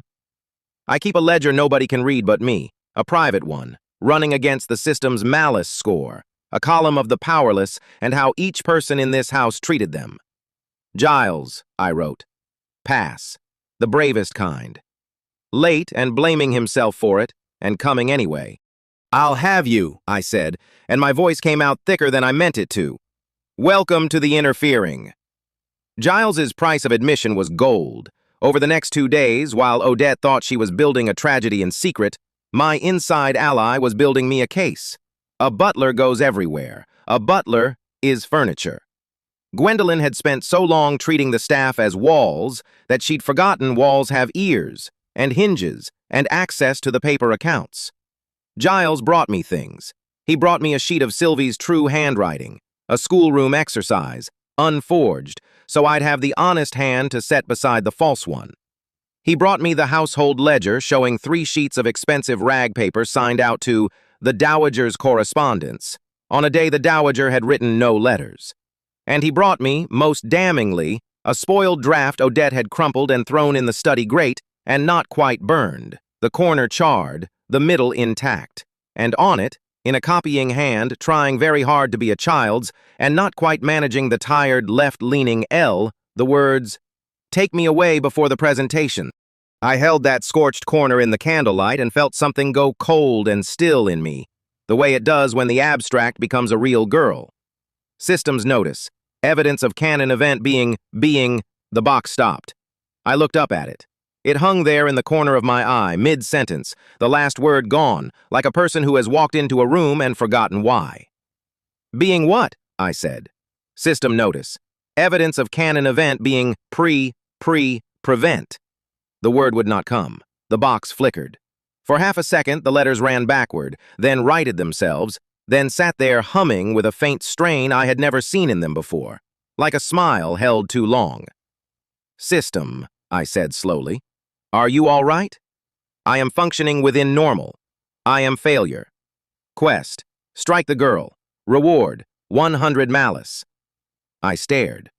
That's the first quest you ever gave me, on page 9. Are you repeating yourself? Quest declined, the box said, before I had declined anything. Then, faintly, almost plaintive, in a smaller font than I had ever seen it use, warning, deviation from canon detected. So much of it, so much deviation. I don't. And then it blinked out entirely, and for the first time since I had woken in this body mid-slap, the corner of my eye was quietly dark. I stood in the study with a scorched forgery in one hand and no notification in my sight, and I felt, absurdly, a little worried about it. It was my antagonist. It had spent 2 weeks trying to make me ruin a child, and somewhere under all my accumulated kindness, The poor rule-bound thing was coming apart at the seams. A very committed clerk who has just been told the ledger he has balanced for 200 years is, and always was, wrong. Rest if you need to, I told the empty corner of my eye. I've got this. I had the letter. I had the paper trail. I had Giles. What I did not have, and needed, was the Duke's belief. Duke Tristan Blackwood did not trust me, and he was correct not to, in the sense that the woman he had married was a stranger wearing his wife's face who kept doing kind and inexplicable things. He watched me the way you watch weather that is behaving wrongly. A wife who had spent years being cruel to his daughter and now braided her hair and told her stories about a city she claimed to have dreamed. Miracle, or a longer con? He could not decide. I could not simply hand him the evidence. He would think I forged it, a reformed villainess accusing his gracious, grieving aunt of engineering a child's ruin. He would call it the most elaborate cruelty yet. So I did not hand him evidence. I handed him a prophecy. I found him in the library after dinner, at the tall windows with rain running down them, a glass of untouched wine going warm in his hand. Grief frozen. The book had told me that too. Tristan, I said, I need you to remember one thing I'm about to tell you, so when it happens tomorrow, you'll know I knew it first. He turned, cold eyes, careful. You are fond of theater lately. I am. Humor me. I kept my voice light, though my hands were not light at all. Tomorrow morning, your Aunt Gwendolen will suggest, gently, as a kindness, that Sylvie's presentation at the ball be moved earlier in the evening. She'll say the child tires, that it's cruel to keep her up. She'll frame it as tenderness, and your cousin Dorian will agree with her before she's finished speaking, because he was told to, though he'll pretend he's only just thought of it. Tristan's brow drew down. And why would they do that? Because the scene they've written needs the child on the stage while the room is still full and sober enough to be scandalized, I said. But you don't need to believe that yet. Just remember the suggestion, the earlier hour. Watch who moves it and how fast Dorian agrees. Then decide what you make of me. He looked at me for a long, unreadable moment, rain light sliding down the glass across his face. You speak, he said quietly, as though you have read our lives in a book. My heart stopped for exactly one beat. Something like that, I said. Good night, Tristan. I did not sleep. I lay in the great cold bed, listened to the rain, and waited to learn whether I had just handed my one ally-to-be a reason to trust me or a rope. At breakfast, over the eggs and the too quiet clink of silver, the Dowager Countess Gwendolen set down her cup, folded her hands, and said, gently, as a kindness, Tristan, dear, I've been thinking. Might we move little Sylvie's presentation earlier in the evening? The child tires so. It seems almost cruel to keep her up among all that noise. And Lord Dorian, before she had finished the word cruel, said warmly, You know, I was about to suggest the very same thing. I did not look at the Duke. I did not have to. I heard the small, precise sound of his fork being set down on the edge of his plate, not dropped, not clattered, set down, with the deliberate care of a man whose understanding of a situation has just quietly rearranged itself. Across the table, Gwendolen smiled her gracious smile and buttered a piece of bread, serene as a cathedral. In this house, a woman is a schemer or a fool, she had told me once, and fools do not last a season. She thought she was the only schemer at the table. She thought I was the fool.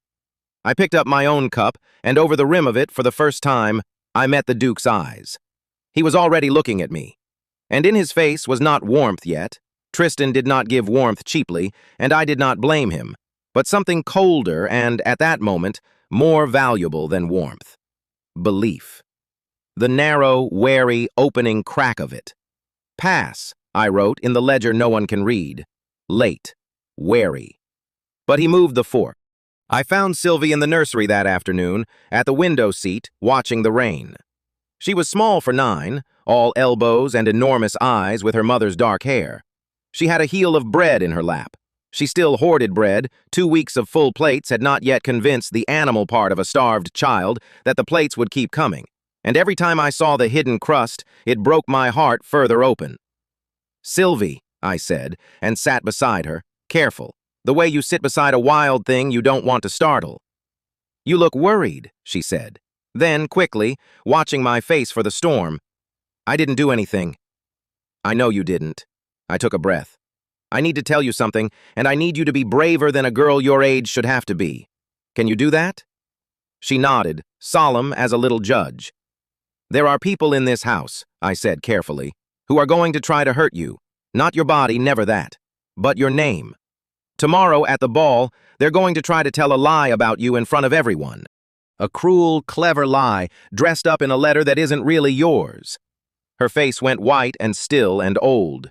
Too old, that expression on a child, and she said in a very small voice, I know. I blinked. You know? There's always a lie, Sylvie said simply, looking back at the rain. There's always a person who tells everyone the bad thing about you, and everyone believes it because you're small and they're not. That's just how it is. That's how it always is.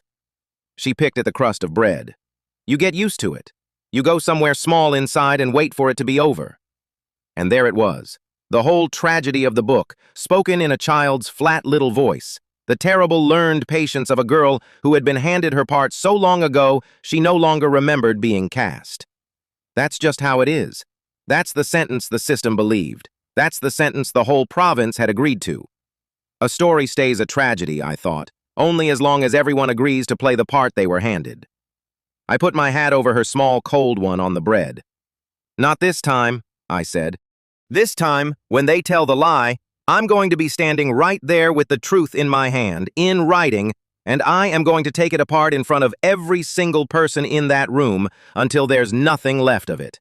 And they will all know exactly who you are and exactly who lied. You won't have to go somewhere small inside. You can stay right here, in your own name, with me. She turned and looked at me then, really looked, the way she hadn't yet in 2 weeks, searching my face for the trick, the cruelty behind the kindness, because in her experience, kindness was just cruelty that hadn't shown its teeth yet. Why? She whispered. Why would you do that? You used to... She stopped. We both knew how that sentence ended, on page 9. Because I got a second chance to be somebody, I said, and I decided to be somebody who came back for you. Sylvie's face crumpled. Not into fear. I had seen every shape of her fear, and this was not one of them. It crumpled the way a face crumples when something it stopped hoping for arrives anyway, late and impossible, through the rain. Nobody ever came back for me before, she said.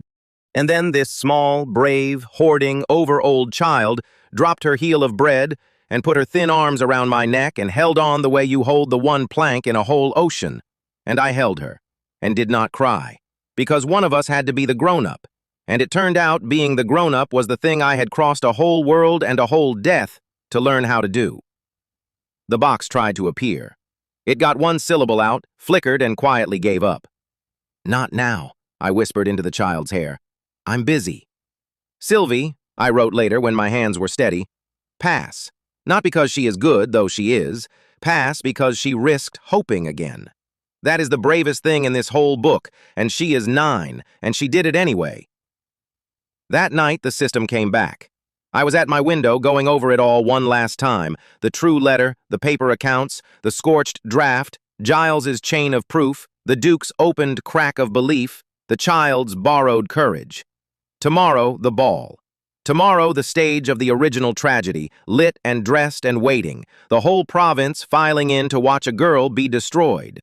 The box appeared, dim and unsteady, its familiar bracketed light gone thin. It stopped.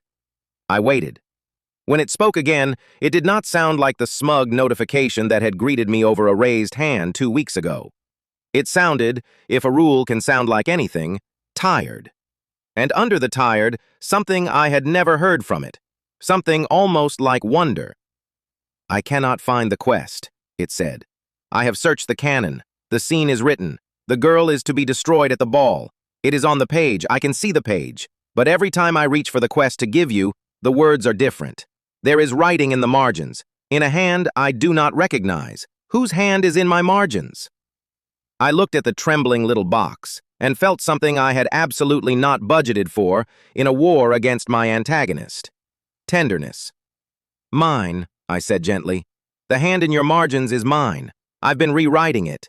You've been feeling it happen for 2 weeks and you didn't have a word for it, and the word is that you were never the author, system. You were just the one who read it aloud and thought that made it fate. The box flickered. For a very long moment, it said nothing at all. Then, in the smallest font it had ever used, so faint I leaned toward the empty air. Offer. Off-script. Non-canonical. Quest. Save the girl. Reward. Unknown. Penalty. Unknown. This quest is not in the book. My throat did an unexpected and complicated thing. That's not a malice quest, I said. No, said the system. I don't know what it is. I have never issued one before. I would... A flicker, a hesitation, a rule-bound clerk stepping off the edge of every ledger he had ever known. I would like to see how it ends. So would I whispered. Accepted. Quest accepted. And for the first time in 2 weeks, the little box did not warn me of any deviation at all. It simply glowed there, quiet and warm and off the page, keeping me company in the dark. Down the corridor, Odette slid the finished forgery into a locked drawer, certain of her secret. 2 floors down, Gwendolyn slept the untroubled sleep of a woman who had made someone else the villain so long ago she'd forgotten she was one. And in the nursery, Sylvie slept with both arms flung out, taking up the whole bed, the way a child sleeps only when she has, for one night, stopped waiting for the bad thing. I sat up a long while with the rain and the quiet, warm box, and the honest hand of a child laid beside the forged one on my desk. 2 letters, 2 drafts of the same girl. In one, a scandal to be swept out of a great house. In the other, a daughter worth crossing a world for. They had written the scene where the girl is destroyed. I had rewritten it in the margins. Tomorrow we would find out whose draft the world believed. Chapter 6. Off Script. Rain came in the night, the good kind, drumming soft on the tall windows while I sat on the edge of Sylvie's bed and watched her sleep the way only a child who feels safe can sleep, mouth open, one arm thrown out like she was reaching for something in a dream. I had a cup of tea gone cold in my hands and a whole battle plan in my head, and for about 10 minutes I let myself believe it was going to work. I had read the book, after all. I knew the beat. Tomorrow night at the ball, Odette's forged letter would be produced. Dorian would perform his wounded honor. Gwendolyn would fold her hands and let the province do the rest. And I would be waiting with the true letter, the paper trail, Giles's testimony. I would spring my counter-trap the instant they sprang theirs, and the scene where the girl is destroyed would become the scene where the schemers were. I've read this book to the last page, I reminded myself, smug as a cat. That is the one advantage you can never take from me. The morning took it from me by lunch. It started small, the way disasters do. Giles found me in the East Gallery with his face gone the particular gray of a man who has just learned the ground is not where he left it. "My lady," he said, "the letter is gone." "The forgery? Good. We don't need theirs. We have ours." "No, my lady." He lowered his voice, though the gallery was empty. "Ours. The true letter, the one in Odette's own hand that proves the other a fake. It is gone from the locked drawer. The lock was not forced. It was opened with a key." I stood very still. Somewhere in the corner of my eye, a small, translucent box shivered awake, unhurried, almost lazy. Notice, plot variable altered. Canon integrity, 61%. "There's a key," I said slowly. "There's a copy of the key, which means someone in this house knew we had proof, and knew where, and took it. Odette was in the East Wing yesterday, on the Dowager's errand." Of course she was. I felt the whole clean architecture of my plan tilt an inch and keep tilting. This was the part I had not planned for because, and here is the thing that made my stomach drop through the floor, this had not happened in the novel. In the book, no one ever found my proof, because in the book, I never gathered any. Rosalind in the book was the villain. She had no countermove to steal. Gwendolyn had never needed to search a drawer. I had changed the story. And a changed story does something a fixed one cannot. It improvises. "She's not following the script anymore," I said, mostly to myself. "She can't. I broke it. So now she's just clever, in real time." Which meant every advantage I had, 40 chapters of foreknowledge, every beat I could quote, had a shelf life, and the shelf life had just expired. Warning: deviation has propagated. Opposing agent no longer canon bound. Prediction reliability degraded. Thank you for that, I told the box. Genuinely, very helpful. The afternoon got worse in stages, each one landing like a stare I hadn't known was there. The swing witness went first. There was a footman, a quiet, decent boy named Liam, who had seen Odette carry the forged letter into the house 3 nights ago and who had agreed, pale and brave, to say so if asked. By 3 o'clock, he was gone. Not harmed, I checked. I sent Daisy running. I would not let this story put a scratch on anyone. Simply reassigned. Sent to the Dowager's country house 2 days' ride away to help with the shutting up of the rooms, with a purse of severance and a glowing character reference and no possible way to be at the ball. Gwendolyn hadn't threatened him. She'd promoted him out of my reach, gracious to the last. Then Dorian arrived a full day early, all warmth and cousinly concern, and by dinner the shape of the improvised move was clear, and it was worse than anything the book had dreamed. The novel's plan had been simple cruelty. Read a forged love letter aloud, brand a 9-year-old as her mother's shame reborn, cast her out. Ugly, but crude. What Gwendolyn had built in its place, in a single day, working blind without her script, was elegant enough that I actually felt a cold flush of professional respect. She wasn't going to accuse Sylvie anymore. She was going to accuse me of forging the exculpating letter to protect the girl. The stolen true letter in Odette's hand would be presented as my forgery, my clumsy attempt to fake evidence. And the softened, doting, suddenly kind Duchess that all of society had been squinting at for weeks, waiting for the trick, of course. Of course, the wicked stepmother's reform was a long con. Of course, she'd invent a plot against the sweet girl and cast herself as savior to worm her way to the inheritance. It fit everything they already believed about me. It fit better than the truth. And the beauty of it, I could see Gwendolyn's fingerprints in every joint, was that the harder I fought to clear Sylvie, the guiltier I looked. My knowledge, my proof, my planning, every weapon I'd spent 5 chapters sharpening, turned all of it to point at me. If I produced evidence, I forged it. If I knew what would happen, I'd arranged it. The one move I could not counter was being believed. In this house, Gwendolyn murmured to me over the soup, apropos of nothing, dabbing her mouth, a woman is a schemer or a fool, and fools do not last a season. She smiled at me with real fondness. I did wonder which you'd turn out to be. I graded her, out of ancient habit. Fail. It didn't help. She'd already graded me, too, and she was winning. That night I did not sleep. I sat in the cold library with a single candle and the wreckage of a plan spread out in front of me, the copied notes, the timeline, the names of people I could no longer call.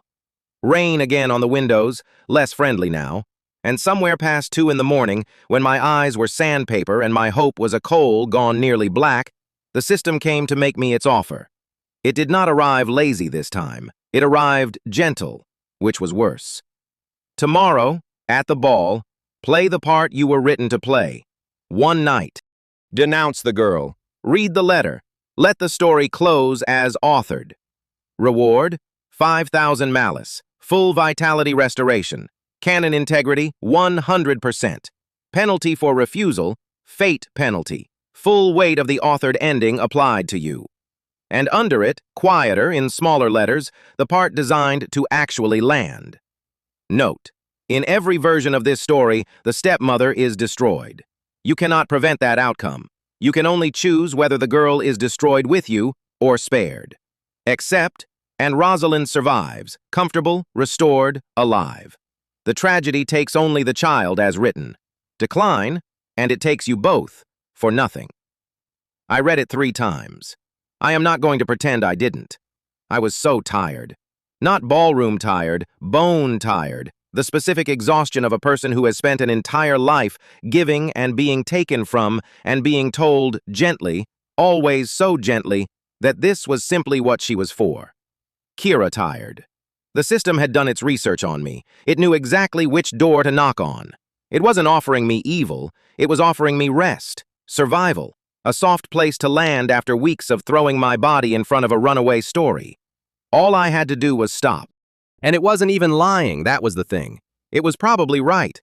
I could not see a clean win anymore. The witness was gone, the proof was stolen and turned against me. The crowd was primed to disbelieve me, and the woman running the board was smarter than my cheat sheet. If I fought and lost, and I could not, in that hour, find the version where I didn't, then Sylvie went down and I went down with her. And what was the good in that? At least this way one of us walked out. At least this way somebody got to be all right. Play the villain for one night. Take the deal. Survive.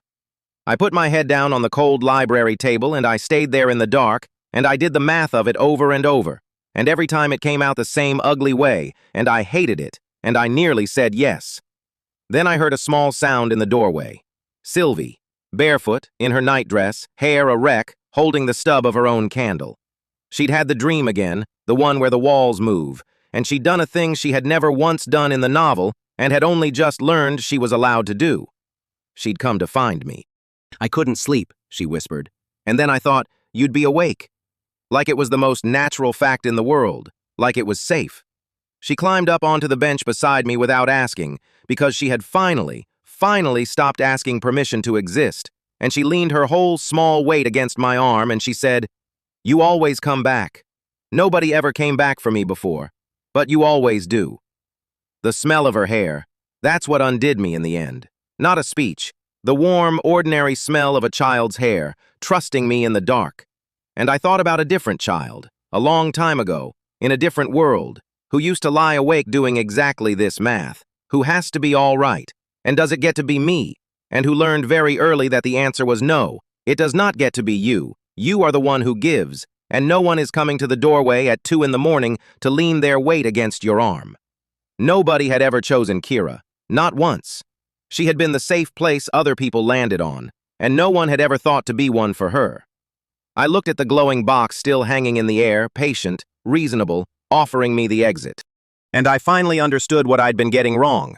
I had spent 5 chapters trying to win, trying to outplot the plot, beat the book at its own game, engineer the clever reversal where the smart move and the survival move were the same move.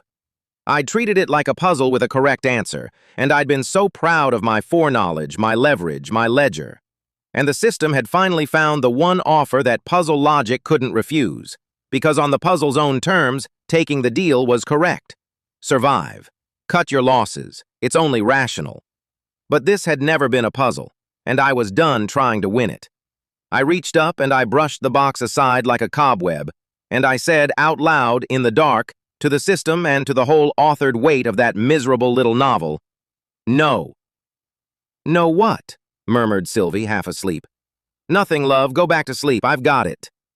Here is what my grandmother told me, the one person in that other life who ever came to the doorway. She said it the winter she was dying and I was 17 and terrified. She said, "Kindness is not weakness. It is the bravest thing there is because it costs you, and you do it anyway." I had spent an entire adulthood misremembering that as a rule about being nice. It isn't.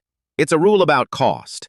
It means the moment you can measure exactly what a kind act will take from you, your safety, your survival, your one clean exit, and you can see the bill in full, itemized, glowing in the air in front of your face, and you pay it anyway, without flinching. That is the whole of courage. There is no braver thing. There is nothing else it could possibly mean. So I stopped trying to save us both because I couldn't. I chose her. Just her. Cleanly, the way no one had ever cleanly chosen me. If the story wanted a body, it would get mine gladly, and it would not get hers. That was the whole plan now. That was the only plan I had ever actually needed, and it had been so simple I'd walked straight past it for 5 chapters looking for something cleverer. Warning, refusal registered, fate penalty pending, canon integrity 44% and falling. Note, this choice does not improve your odds. I know, I told it. That's not why I'm making it. Try to keep up. Quest declined. Warning, deviation from canon detected. The box stuttered, flickered. For 1 full second, the brackets themselves came apart at the corners like wet paper, and something in the machine that ran this world made a sound I can only describe as a long, confused exhale.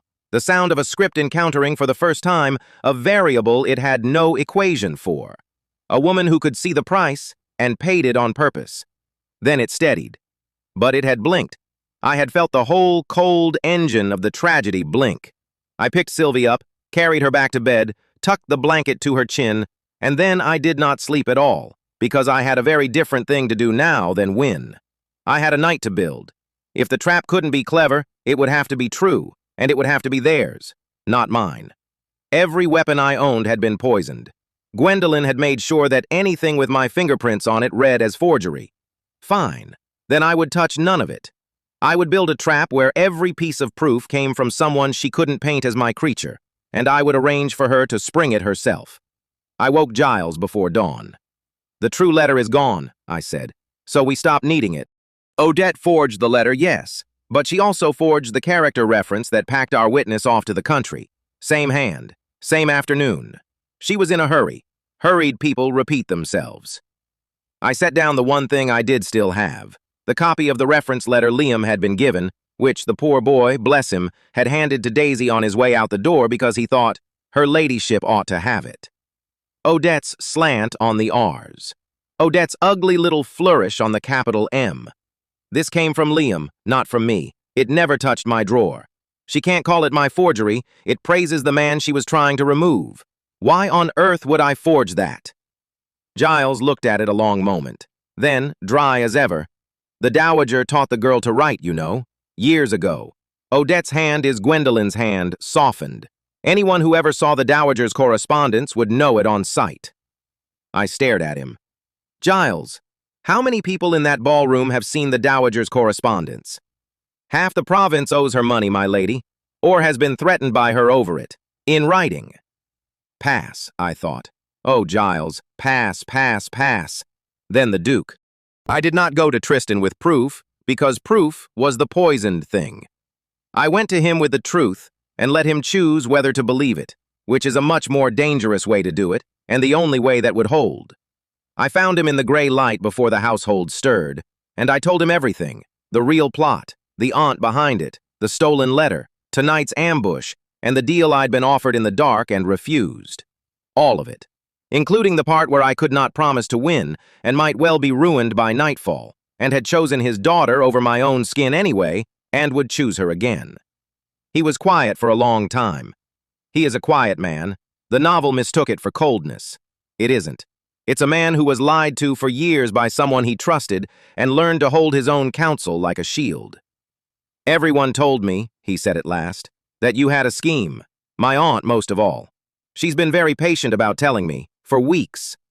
He looked at me with those tired, careful eyes. "And here you are, at dawn, telling me you have no way to win, and you're going ahead anyway to shield a child who isn't even yours by blood.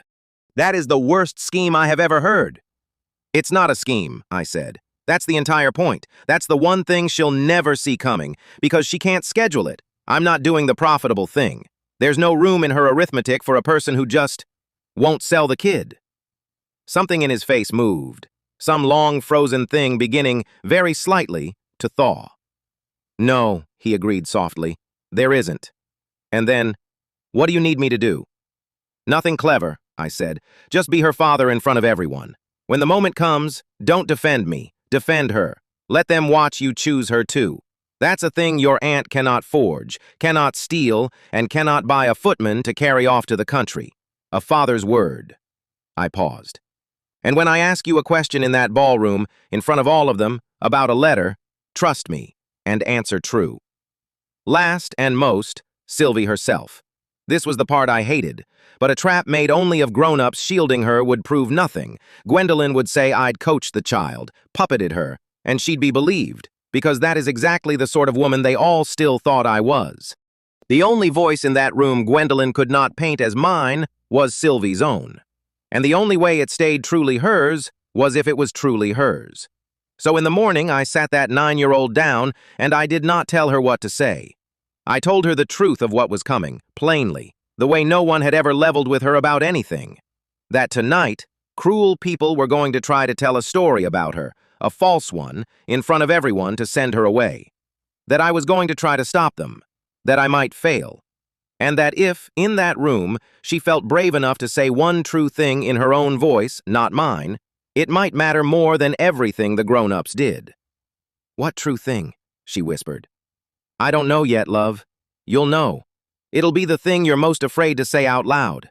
I held her hands. You don't have to. If you're too scared, you look at me and you say nothing, and I will carry all of it, and I will not love you one grain less. That's real. That's not a trick to make you brave." She was quiet. Then she said in the smallest, steadiest voice, the voice of a child who has just discovered she is allowed to have one, "I remember what my mother's letters looked like. Aunt Gwendolyn kept them. She thinks I never saw, but I did."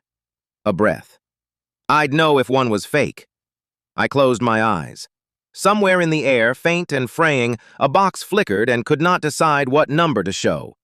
There it was, the one witness she could never send to the country. The one proof that had never been in my drawer to steal. Sylvie's own memory of her mother, and Sylvie's own courage to say so. I had my trap. Not clever. True. Every piece of it came from someone Gwendolyn couldn't touch. A footman's honest hand, a butler's long memory, a father's public word, a daughter's true voice. And I had baited it so that Gwendolyn would have to spring it herself. She would produce the stolen letter to ruin me, and in producing it, she would put Odette's forgery, in the dowager's own softened hand, into a room full of people who'd recognize that hand, in front of the one child alive who remembered what the real letters looked like. I would give her the last, sweet, fatal certainty that I had nothing. I would let her reach for the win, and I would be holding nothing at all, nothing but 4 brave people and the truth, which was, it turned out, the only thing she had never learned to steal. The rain stopped near dawn. I stood at the tall window watching the sky go pale over the Ravensmoor lawns, and I felt no smugness now, none of that cat-warm certainty of the night before. I felt something better and much more frightening. I felt like a person who had, for once, stopped calculating whether she got to be all right and simply decided that the child would. A story stays a tragedy only as long as everyone agrees to play the part they were handed. I had 4 people in this house who were done agreeing. It might not be enough. It was, at last, the truth, and I was going to walk into that ballroom and set it loose and let it cost me whatever it cost. The novel promised me a tragic ending. I had finally stopped reading it and started writing one of my own. Chapter 7. The Last Page. The Ravensmoor ballroom had been built to swallow candlelight and give it back doubled, and on the night the whole province came to watch a little girl be destroyed, it did its work beautifully. 200 candles, beeswax and cold roses, a floor polished until it threw the chandeliers back up at themselves. I stood at the top of the great stair in a gown the color of a storm cloud that had decided to be elegant about it, and I counted the room the way a proofreader counts a page, looking for the one word about to ruin everything. I found it fast. It wore lavender silk and a smile. Dowager Countess Gwendolyn stood near the musicians, gracious as a portrait, receiving compliments like a woman collecting rents. Lord Dorian orbited her, oily and gleaming, doing that thing charming men do where they touch everyone lightly on the arm as if distributing a favor. And near the far wall, half hidden behind a pillar, Odette, Gwendolyn's fixer, her forger, her weak link, clutched a folded paper to her chest like it was warm. I knew that paper. I had read that paper. I had, in another life, proofread the chapter it belonged to. Beside me, small and rigid in a dress the color of a robin's egg, stood Sylvie, 9 years old. Chin up because I had told her to keep it up, hand tucked into mine because she had put it there herself, which 2 months ago would have been unthinkable. She looked up at me with those careful eyes. "They're all looking," she whispered. "They are," I agreed, "because they think you're wicked." "They do." Her fingers tightened. "Are you scared?" And here is the thing I had learned, being Kira, being Rosalind, being a tired woman handed one impossible second life. You do not lie to a child who has been lied to her whole life. "A little," I said, "but I've read the ending, sweetheart, and I didn't like it. So we're going to write a better one, right now, in front of everybody." The box bloomed in the corner of my eye, translucent and smug. Present the girl. Allow the letter to be read. Do nothing. Reward, 500 malice. Refusal penalty. Fate penalty engaged. Do nothing. The system had, at last, stopped even pretending to hand me a knife. It just wanted my silence. It wanted me to stand at the top of the stairs and let the scene happen the way it was written, the way it had always been written. 40 chapters of a girl coming apart while a whole province cheered. I looked at the box. Then I looked at Sylvie. Easiest grading I ever did. Quest declined. Warning, deviation from canon detected. Come on, I said to Sylvie. Let's go be the most interesting thing at this party. We descended. I want to tell you the room went quiet, but it didn't. It did something better. It hushed in patches, the way a crowd goes when they smell a scene coming and don't yet know they're in it. The wicked stepmother had brought the doomed girl down into the light herself. That wasn't in anyone's script. That wasn't in the book. I could feel the story straining against its own binding. Gwendolyn turned. Her smile didn't waver because it never wavered, but I had grown fluent in that woman's face over 2 months of tea and threats, and I watched something recalculate behind her eyes. She had planning to spring her trap on a cowering child and an absent, oblivious stepmother. Instead, the stepmother had walked the child into the middle of the floor and stood there, chin up, matching hers. "Rosalind, darling," she said, gliding close, voice pitched for the nearest 40 listeners. "How brave of you, bringing the child out, after everything." "After everything," I echoed pleasantly. "You know, Gwendolyn, I do love how you say that, everything, like a curtain you can hang over a room so no one asks what's behind it." Her smile held. Dorian drifted in at her shoulder, sensing his cue. "Cousin," he said to me, sorrowful, performing it beautifully for the crowd. "I wish it weren't so, but some things must come to light, for the good of the house. There are," a delicate pause, a delicate wince, "there are matters concerning Sylvie. Letters. It grieves me, it truly does." Right on time, page 211.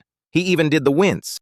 Across the floor, Odette stepped forward on cue, the folded paper trembling in her hand, and Gwendolyn lifted one gracious finger to the room like a conductor, and the whole beautiful machine began to turn.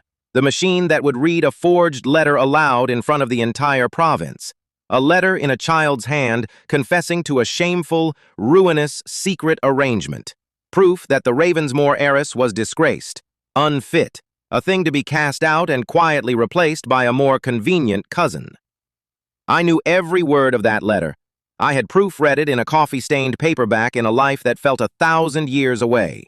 So I did the only thing that could break the machine. I got there first. "Before Odette reads it," I said, and I said it loud, I threw it up into that doubled candlelight so it landed in every corner of the room. "Let me." Gwendolyn's finger paused in the air. "It's a letter," I went on, walking a slow circle now, Sylvie's hand still in mine, addressing the whole glittering crowd like I was reading them a bedtime story. Supposedly in Sylvie's hand. It confesses to a secret understanding she was too young and too shamed to refuse. It's dated the week of the Harvest Festival. It's sealed with the little pressed primrose seal she was given for her last birthday, the one only 3 people knew she owned. And when Odette reads it aloud, the plan is that a gentleman in the crowd— I did not look at Dorian. I let the not looking do the work. Will step forward, all reluctance, and confirm he received such a letter. And the room will gasp, and a 9-year-old girl will be finished before she is 10. The room did not gasp yet. The room was doing the thing where 200 people forget to breathe at once. "How?" said Gwendolyn very softly, and for the first time the portrait cracked, just a hairline. "Do you know what the letter says?" There it was. The one question she couldn't help but ask, and the one question that undid her, because I had an answer no one in that world could argue with. "Because I've read this book to the last page, Gwendolyn," I said. "That is the one advantage you can never take from me." Warning: narrative integrity destabilizing. I ignored the box. I had a room to win. "You want to know how I know?" I said, turning now to the crowd because it was the crowd I needed, not her. "I'll tell you how I know. I know because I know all of it, not just the letter, the whole scheme, start to finish, every page. Would you like to hear it?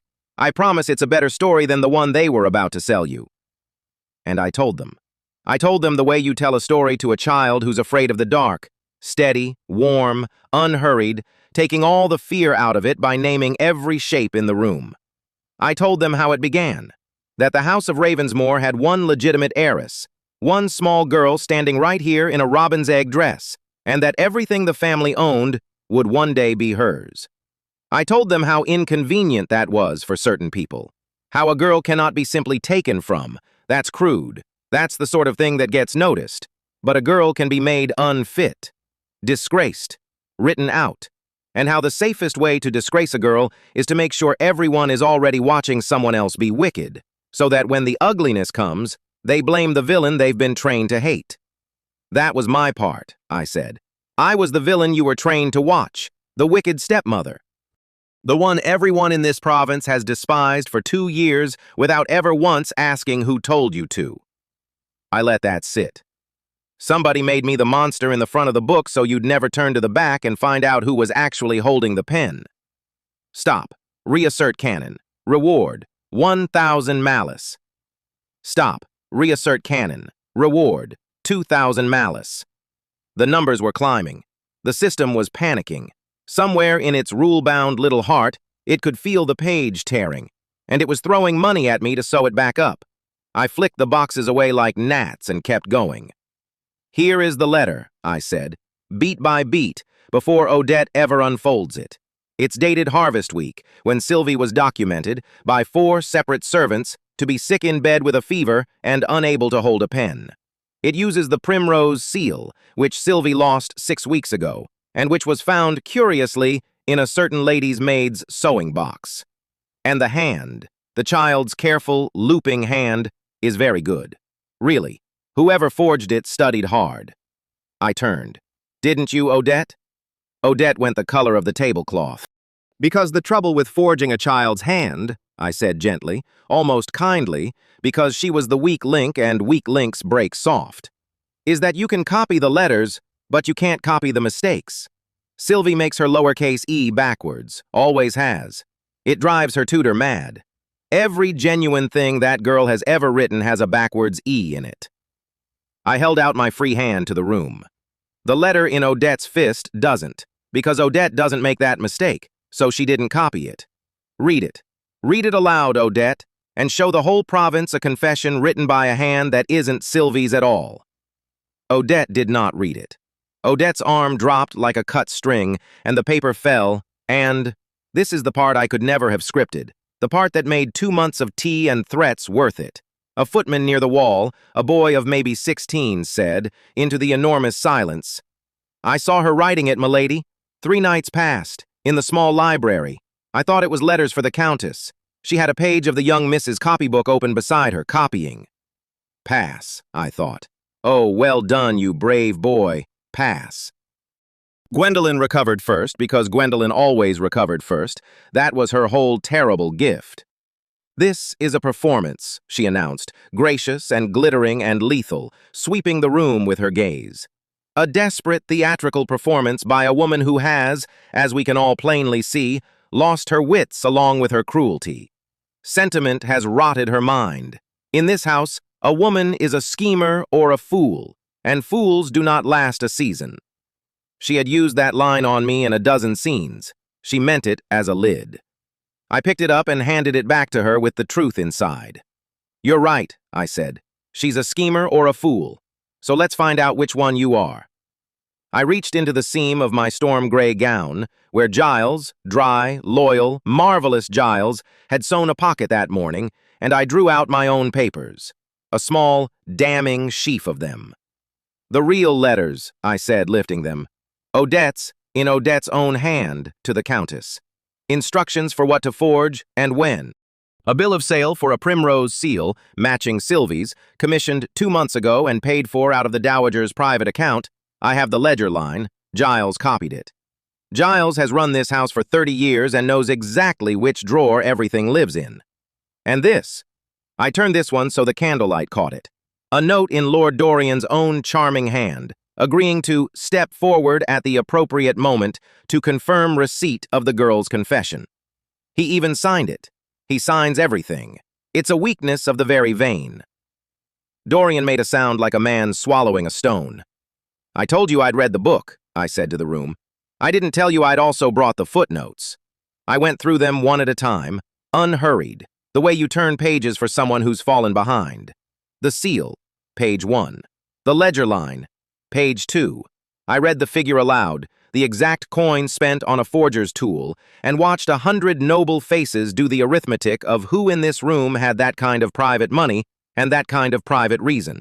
Dorian's signed note, page 3, and I read his own oily phrase back to him in his own oily cadence, at the appropriate moment, until a nervous laugh went up from the crowd and his face curdled. And the copybook, page 4, Sylvie's own, with its backwards E's marching down every line, held up beside the forgery so the nearest guests could see for themselves that one hand had made both, and it was not the child's. "You see," I said, "this is the trouble with writing a person out of a story. You have to keep them out. And I am extremely bad at staying where I'm put. Warning, canon enforcement failing. Warning, fate penalty. Warning, fate pen." The box stuttered. I watched it try to finish its own threat and fail, the letters jamming, and I felt something I hadn't felt in 2 months. I felt the story start to yield. A voice cut across the ballroom then, low, hard, entirely unhurried. "Let me see them. Duke Tristan, my husband. Cold and grief-frozen in the novel, deceived to the bitter end, standing by while his daughter was destroyed. He crossed the floor now with the whole room parting for him, and he was not looking at Gwendolyn, and he was not looking at Dorian. He was looking at me, and there was something in his face I had waited 2 months to earn, not suspicion, belief. I put the papers in his hand. He read. The ballroom held its breath through every page, and when he finished, he did the thing that ended it. He turned to the room, and he put his hand, deliberately, publicly, so that every soul in the province would see it and carry the tale home, on my shoulder. And he said, "My wife is telling the truth, and my daughter is not going anywhere but home, with us, where she belongs." Sylvie made a small sound and pressed her face into my side, and I put my arm around her, and the whole rotten, gorgeous, engineered tragedy came apart in real time in front of 200 people who had walked in expecting to watch a child fall and were instead watching a family close ranks around her. But I wasn't done. There was 1 page left, the last one, and it had a name on it. I stepped close to Gwendolyn, just her and me now, though the room strained to hear, and I said the quiet thing, the thing I'd been carrying since a coffee-stained paperback taught me who she really was. "You made me the villain so no one would read past me," I said. "But I read the whole book, Gwendolyn. Shall I tell them whose name is on the last page?" For 1 full second, the Dowager Countess Gwendolyn, the brain, the architect, the real hand on the pen, had nothing. No line, no grace. The portrait went blank. "You wrote yourself out of the story on purpose," I said softly, only for her. "You made yourself the woman no one ever looks at because that was safest. Congratulations. It worked for 2 years. I leaned in the last inch. "It's not going to work tonight. Tonight everyone looks at you. That's the ending you get. Not ruin, not exile. Just this, a whole room, finally, turning to look at the one who thought she'd never be seen." And they did. The looking started at the front and rolled backward through the crowd like a tide going out. 200 faces turning from me, from Sylvie, from the Duke, and settling at last, for the first time in the whole long tragedy, on Gwendolyn. She stood in the center of it, gracious and glittering, and, for the first time in her life, completely visible. I watched her understand there was no drawer to hide in. Dorian bolted for the doors. 2 footmen, the brave boy among them, did not let him reach them. And in the corner of my eye, the box. Error, error, canon not found. Attempting to restore tragic ending. Attempting to restore tragic ending. 40%, 12%, 0%. Tragic ending. Void. I stood very still in the middle of that ballroom, Sylvie under my arm, the Duke at my shoulder, and I watched the system try, one last time, to be what it had always been. The letters flickered. The smug, translucent glow guttered like a candle in a draft. The story has deviated beyond recovery. There is no tragic ending to enforce. A pause. A long one, for a thing that had never once hesitated. Then what ending would you like? I nearly laughed. 2 months of a deadpan bureaucrat threatening me with fate penalties for the crime of being kind, and here it was at the end, cracked open, actually asking, like a thing that had run out of rules and found underneath them a real question. A better one, I told it, silently, just for us. The kind where the girl is safe, and the woman everyone hated turns out to be the best thing that ever happened to her, and nobody has to die reviled in chapter 40 for it. Write that one. The box was quiet for a moment. And then, for the first time since I'd woken into this life laced into someone else's corset, it did not issue a quest. It did not warn me. It did not offer me a single point of malice. New ending acknowledged. Writing. And it faded, gently, like a page turned in a warm room, and left me alone in my own eyes for the first time in 2 months.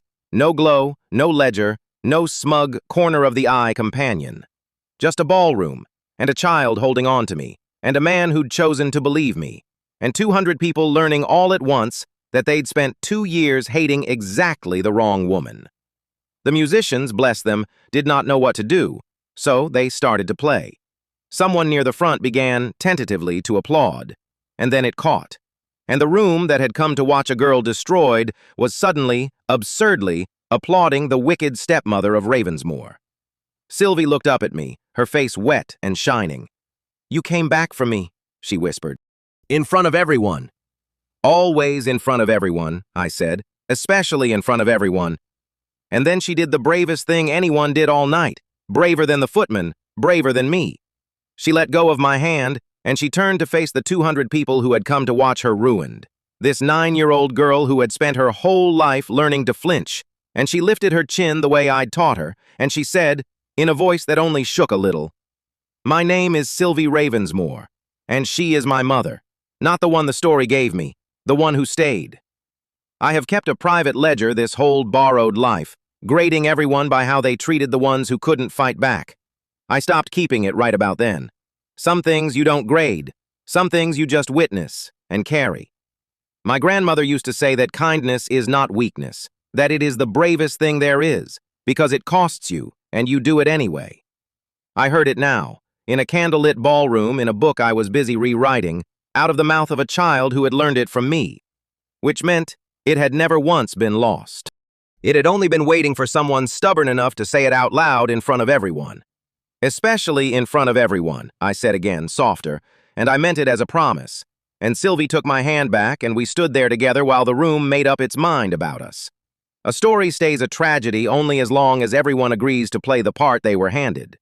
I had spent 2 months refusing my part, one small kindness at a time, taking every penalty, declining every quest, betting my whole borrowed life on the wild idea that a book could be reread into something better if just one stubborn person refused to turn the page the way it was written.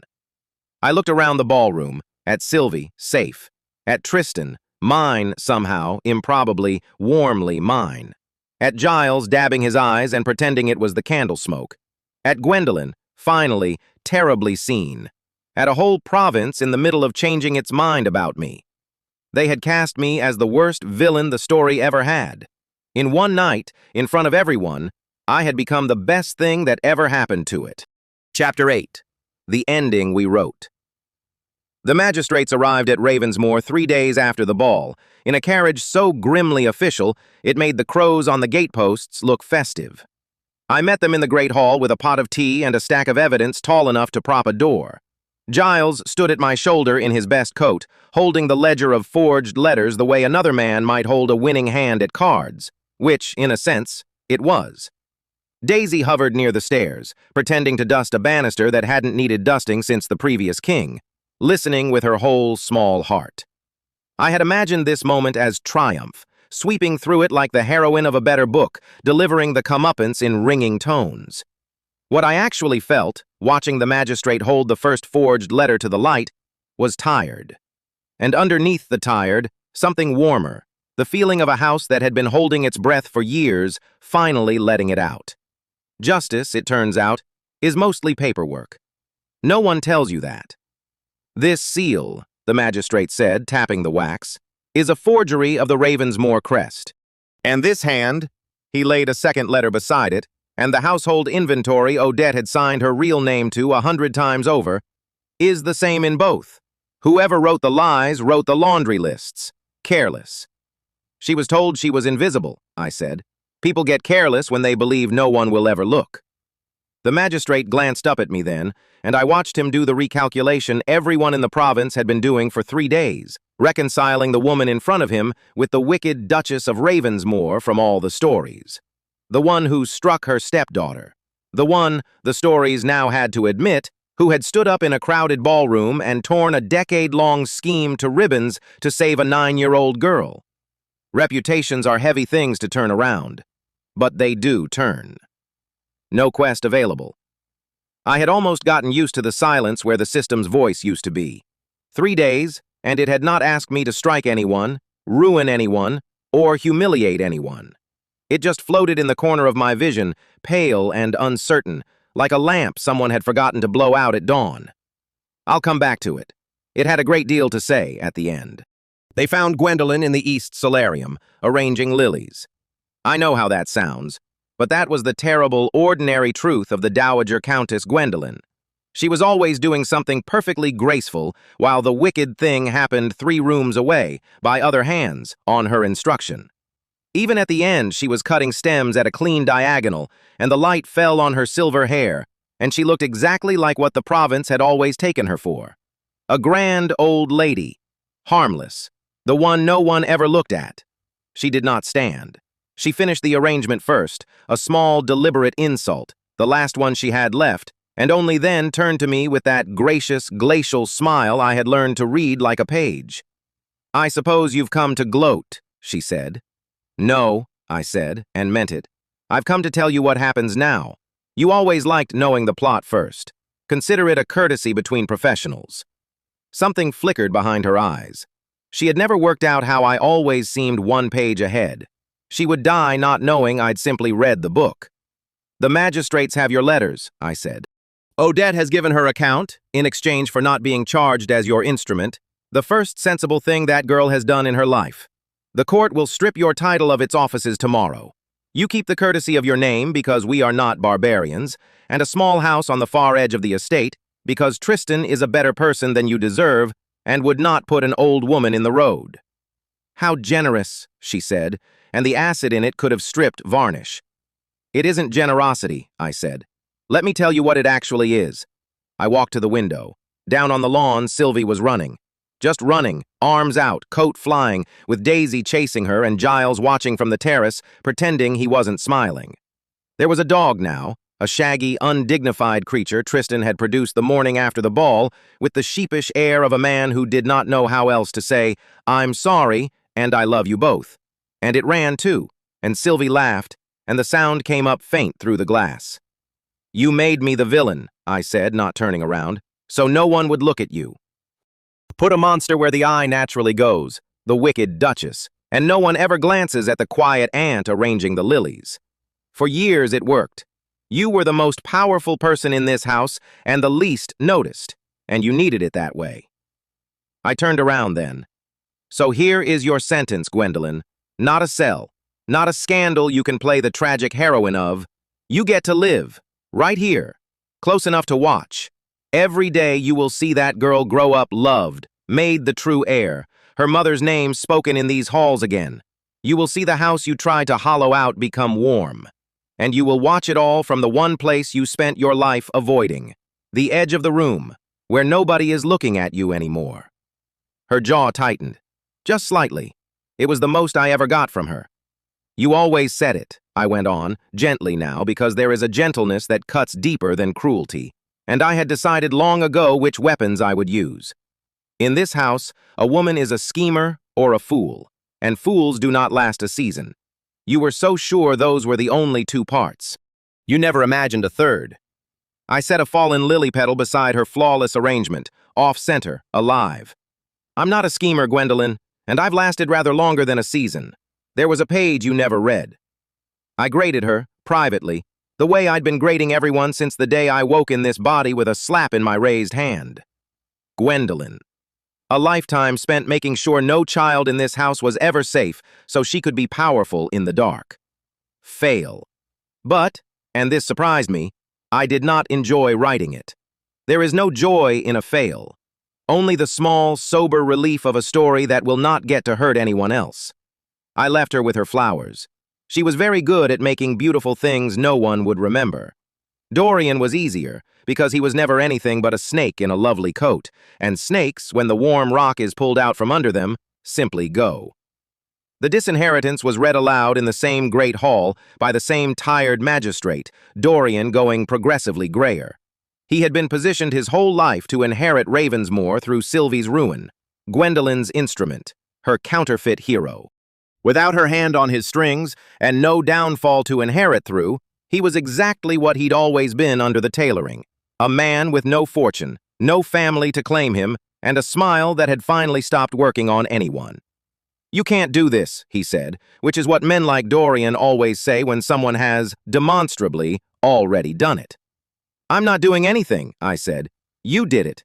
Every letter, every whispered word, every time you smiled at that child and called her little cousin and meant to see her cast out. I read all of it, Dorian, to the last page. That's the one advantage you could never take from me." He opened his mouth. He was charming. He would have had a line ready. Giles cleared his throat once with the quiet authority of a man who had served this house 40 years and watched this particular young lord steal the good silver at 12. Dorian closed his mouth and went. Dorian.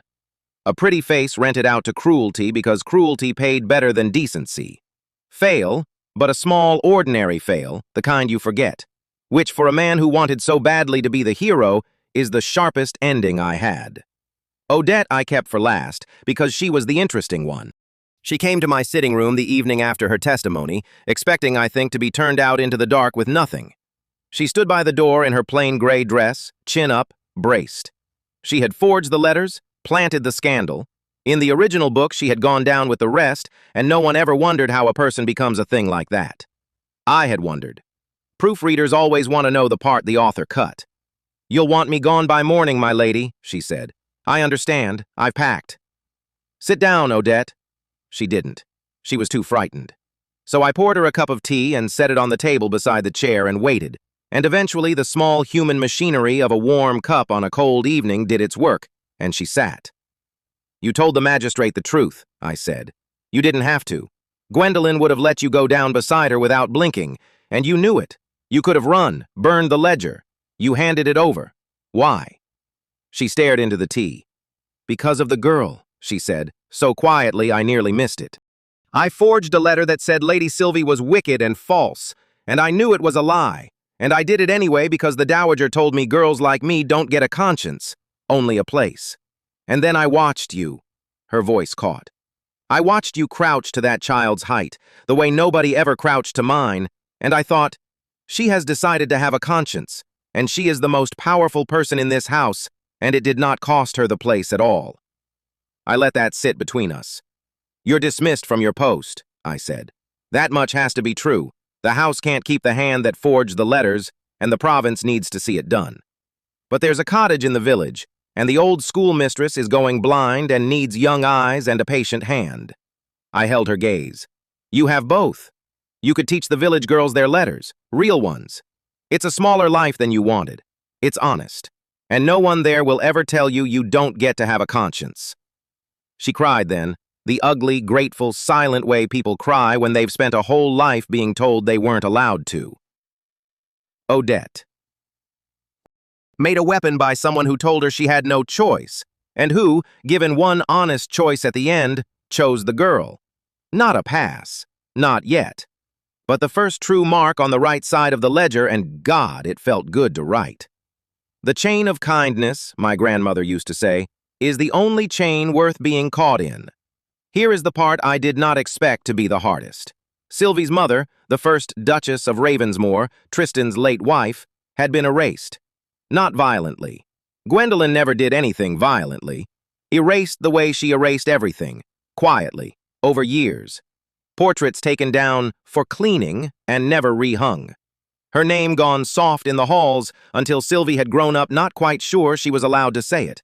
Her memory made faint enough that the grief-frozen Tristan had nothing left to hold, and a child had nothing at all. I found the portrait in the attic, wrapped in a dust sheet behind a broken harpsichord, and brought it down myself. I would not let a servant do it. We hung it back over the grand staircase on a bright, cold morning, all of us, Tristan on the ladder, Giles directing with the gravity of a general, Daisy holding the level, Sylvie at the bottom clutching her father's coat, and staring up at the woman in the frame with an expression I will carry to my grave. "That's her," Sylvie whispered. That's really her. I thought I made her up. You didn't make her up, sweetheart, I said, crouching to her height, the way somebody should have done for all of us. She was real, and she loved you, and this is her house, and you are her heir, and no one is ever taking her name off these walls again. Sylvie looked at the portrait, then at me, the stepmother, the wicked Duchess, the woman she'd been taught for years to fear, and she did the thing that broke the last of the tragedy clean in half. She reached up and took my hand and said, "Can I have two? Is that allowed? To have her, and to have you?" Deviation from canon detected. The system's voice, faint now, almost fond. Yes, I told it, and told her, and told the whole miserable book I'd fallen asleep over a lifetime ago. That's allowed. That was always allowed. That was the only thing that was ever going to be allowed. Tristan found me that night on the terrace where I'd gone to be cold on purpose, because sometimes a person who has finally been given everything needs a moment alone with the size of it. He came out with 2 cups of something warm and stood beside me at the balustrade, and for a while neither of us said anything. One of the luxuries of loving the right person. The permission to be quiet. He had been cold once, grief-frozen, deceived, suspicious of the wife who'd suddenly turned kind.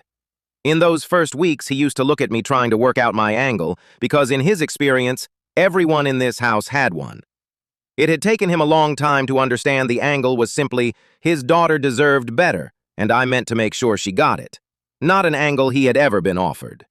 "I owe you an apology," he said. "Several. But I'll start with the one that matters. For years, I believed the story everyone told me about you, the version where you were the cruelty in this house. And the whole time, the cruelty was standing behind me in the shape of a kind old woman, and you were the only one trying to stop her." "You didn't know," I said. "I should have looked closer." "Tristan." I turned to face him. "The whole province spent years not looking closer. That was the entire trick. Don't take it as a personal failing that you fell for a very good one." I softened. "You looked eventually. You stood up in that ballroom next to me, in front of everyone, when it would have been so much safer to wait and see. That's the part that counts. Nobody grades you on how long it took, only on whether you got there." He laughed, a low, unpracticed sound, like a muscle he was just learning to use. "I married a villainess," he said, "and somehow got the kindest woman I've ever known. I don't understand the math." "It doesn't," I said. "That's rather the point. The book had one ending in it. We wrote a different one over the top, in the margins, in a hand nobody authorized." I leaned into him, and he put his arm around me, and below us the undignified doctor barked at nothing in the dark, and it was, I realized with a small shock, a home. An actual one. The kind I'd read about in good books and stopped believing were meant for people like me. Kira, 29, 3 jobs, a proofreader who fell asleep correcting other people's tragedies, had never had one of these. She'd had a grandmother who taught her everything that mattered and then was gone too soon. And after that, a long gray stretch of giving and being taken from, of fixing other people's stories and never getting one of her own. This is the family she never had, I thought, standing in the cold with a good man's arm around me, a loved child asleep upstairs, a warm house at my back. This is the second life she refused to waste. Grandmother. Kindness is not weakness. It is the bravest thing there is, because it costs you and you do it anyway. Pass. Pass 1,000 times over. You were always right, and it took me dying and waking inside a villain to finally prove it. The system spoke to me one last time, 3 weeks later, on an ordinary afternoon. I was in the nursery, teaching Sylvie to read, really read, the way a person reads who is going to run a great house someday and needs to know a true letter from a forged one. She had her mother's stubborn chin bent over the page and her tongue poking out in concentration, and I was passing her the torch 1 word at a time, the way my grandmother had passed it to me, the way the whole chain runs through everyone who ever chose to be gentle when they didn't have to be. And the box appeared, brighter than in weeks, almost solid again. Final system message. I set down the book. Sylvie kept reading, sounding out garden under her breath, oblivious to the glowing rectangle only I could see. You were never graded on malice. I went very still. The score was a lie, a test. The tragic script, the cruelty quests, the penalties for kindness, all one question. Can a story be rewritten by one stubbornly kind person who refuses the part she was handed? Every villain before you took the malice. They played the part. The book closed the same way. 40 chapters. A woman reviled. A child cast out. The province cheering. Thousands of times. You are the first who read to the last page, understood how it ended, and set the book down anyway. Query: was it worth the penalties? The vitality lost. The easier life you could have had simply by being what they expected. I looked at Sylvie, at her stubborn chin and her mother's portrait on the far wall, and the winter light coming warm through the nursery windows. Yes, I said out loud, and she glanced up and I smiled at her, and she went back to garden. Then the test is passed. There are no more quests, Rosalind. There was only ever one. The box began to fade, not glitching this time, not stalling, just softening, the way a lamp softens at dawn when the real light comes up and it isn't needed anymore. I'll go quiet now, but I'll stay if you'll have me, not as the thing that hands out the parts, as the one who remembers what it cost you, so that someday, when that girl is grown and running this house, and some tired kind person needs proof a story can be turned, you'll have a witness. Well done. From the whole miserable book you refuse to finish. And then, faint, and I swear to you fond, pass. It didn't vanish. It just went quiet, the way a good companion goes quiet, present, patient, no longer asking anything of me. Every so often still, on the edge of my vision, I catch a soft, pale glow like a banked coal. And I know it's watching Sylvie laugh, and I know it's glad. I never did find out what it really was. A proofreader learns to live with an unresolved thread or two. Sylvie turned the page, read the last word on it, then looked up, puzzled. The next one's blank, she said, holding up the reader. There's nothing written here. I looked at the empty page, and I thought about a woman named Kira, asleep over a tragic little melodrama, waking with her hand raised over a trembling child, and every terrible thing that was supposed to happen next, and every one of them that hadn't. I thought about the lesson the whole cursed book had spent 40 chapters trying to teach me. That a story stays a tragedy only as long as everyone agrees to play the part they were handed. So I set the book down, and I played a different part entirely. It turns out the wicked stepmother makes a wonderful mother, if you let her, if she lets herself. If, when the box glows and the penalty flashes, and the whole weight of the way things are tells you to raise your hand, you crouch instead and ask a frightened child who taught her to flinch. That's not a mistake, sweetheart, I told Sylvie, and I handed her her mother's pen, the good one with the silver nib, and closed her warm fingers around it. The last page was left blank on purpose. It's not written yet. She looked up at me, this child the story had doomed, safe now and loved and home, holding a pen over a page no one had filled in for her. For the first time, I said, I got to write it myself. I kissed the top of her head, and it smelled of soap and winter and the good, ordinary future we'd stolen back. Now it's your turn. The last page was blank. For the first time, we got to write it ourselves. So did they. Pass.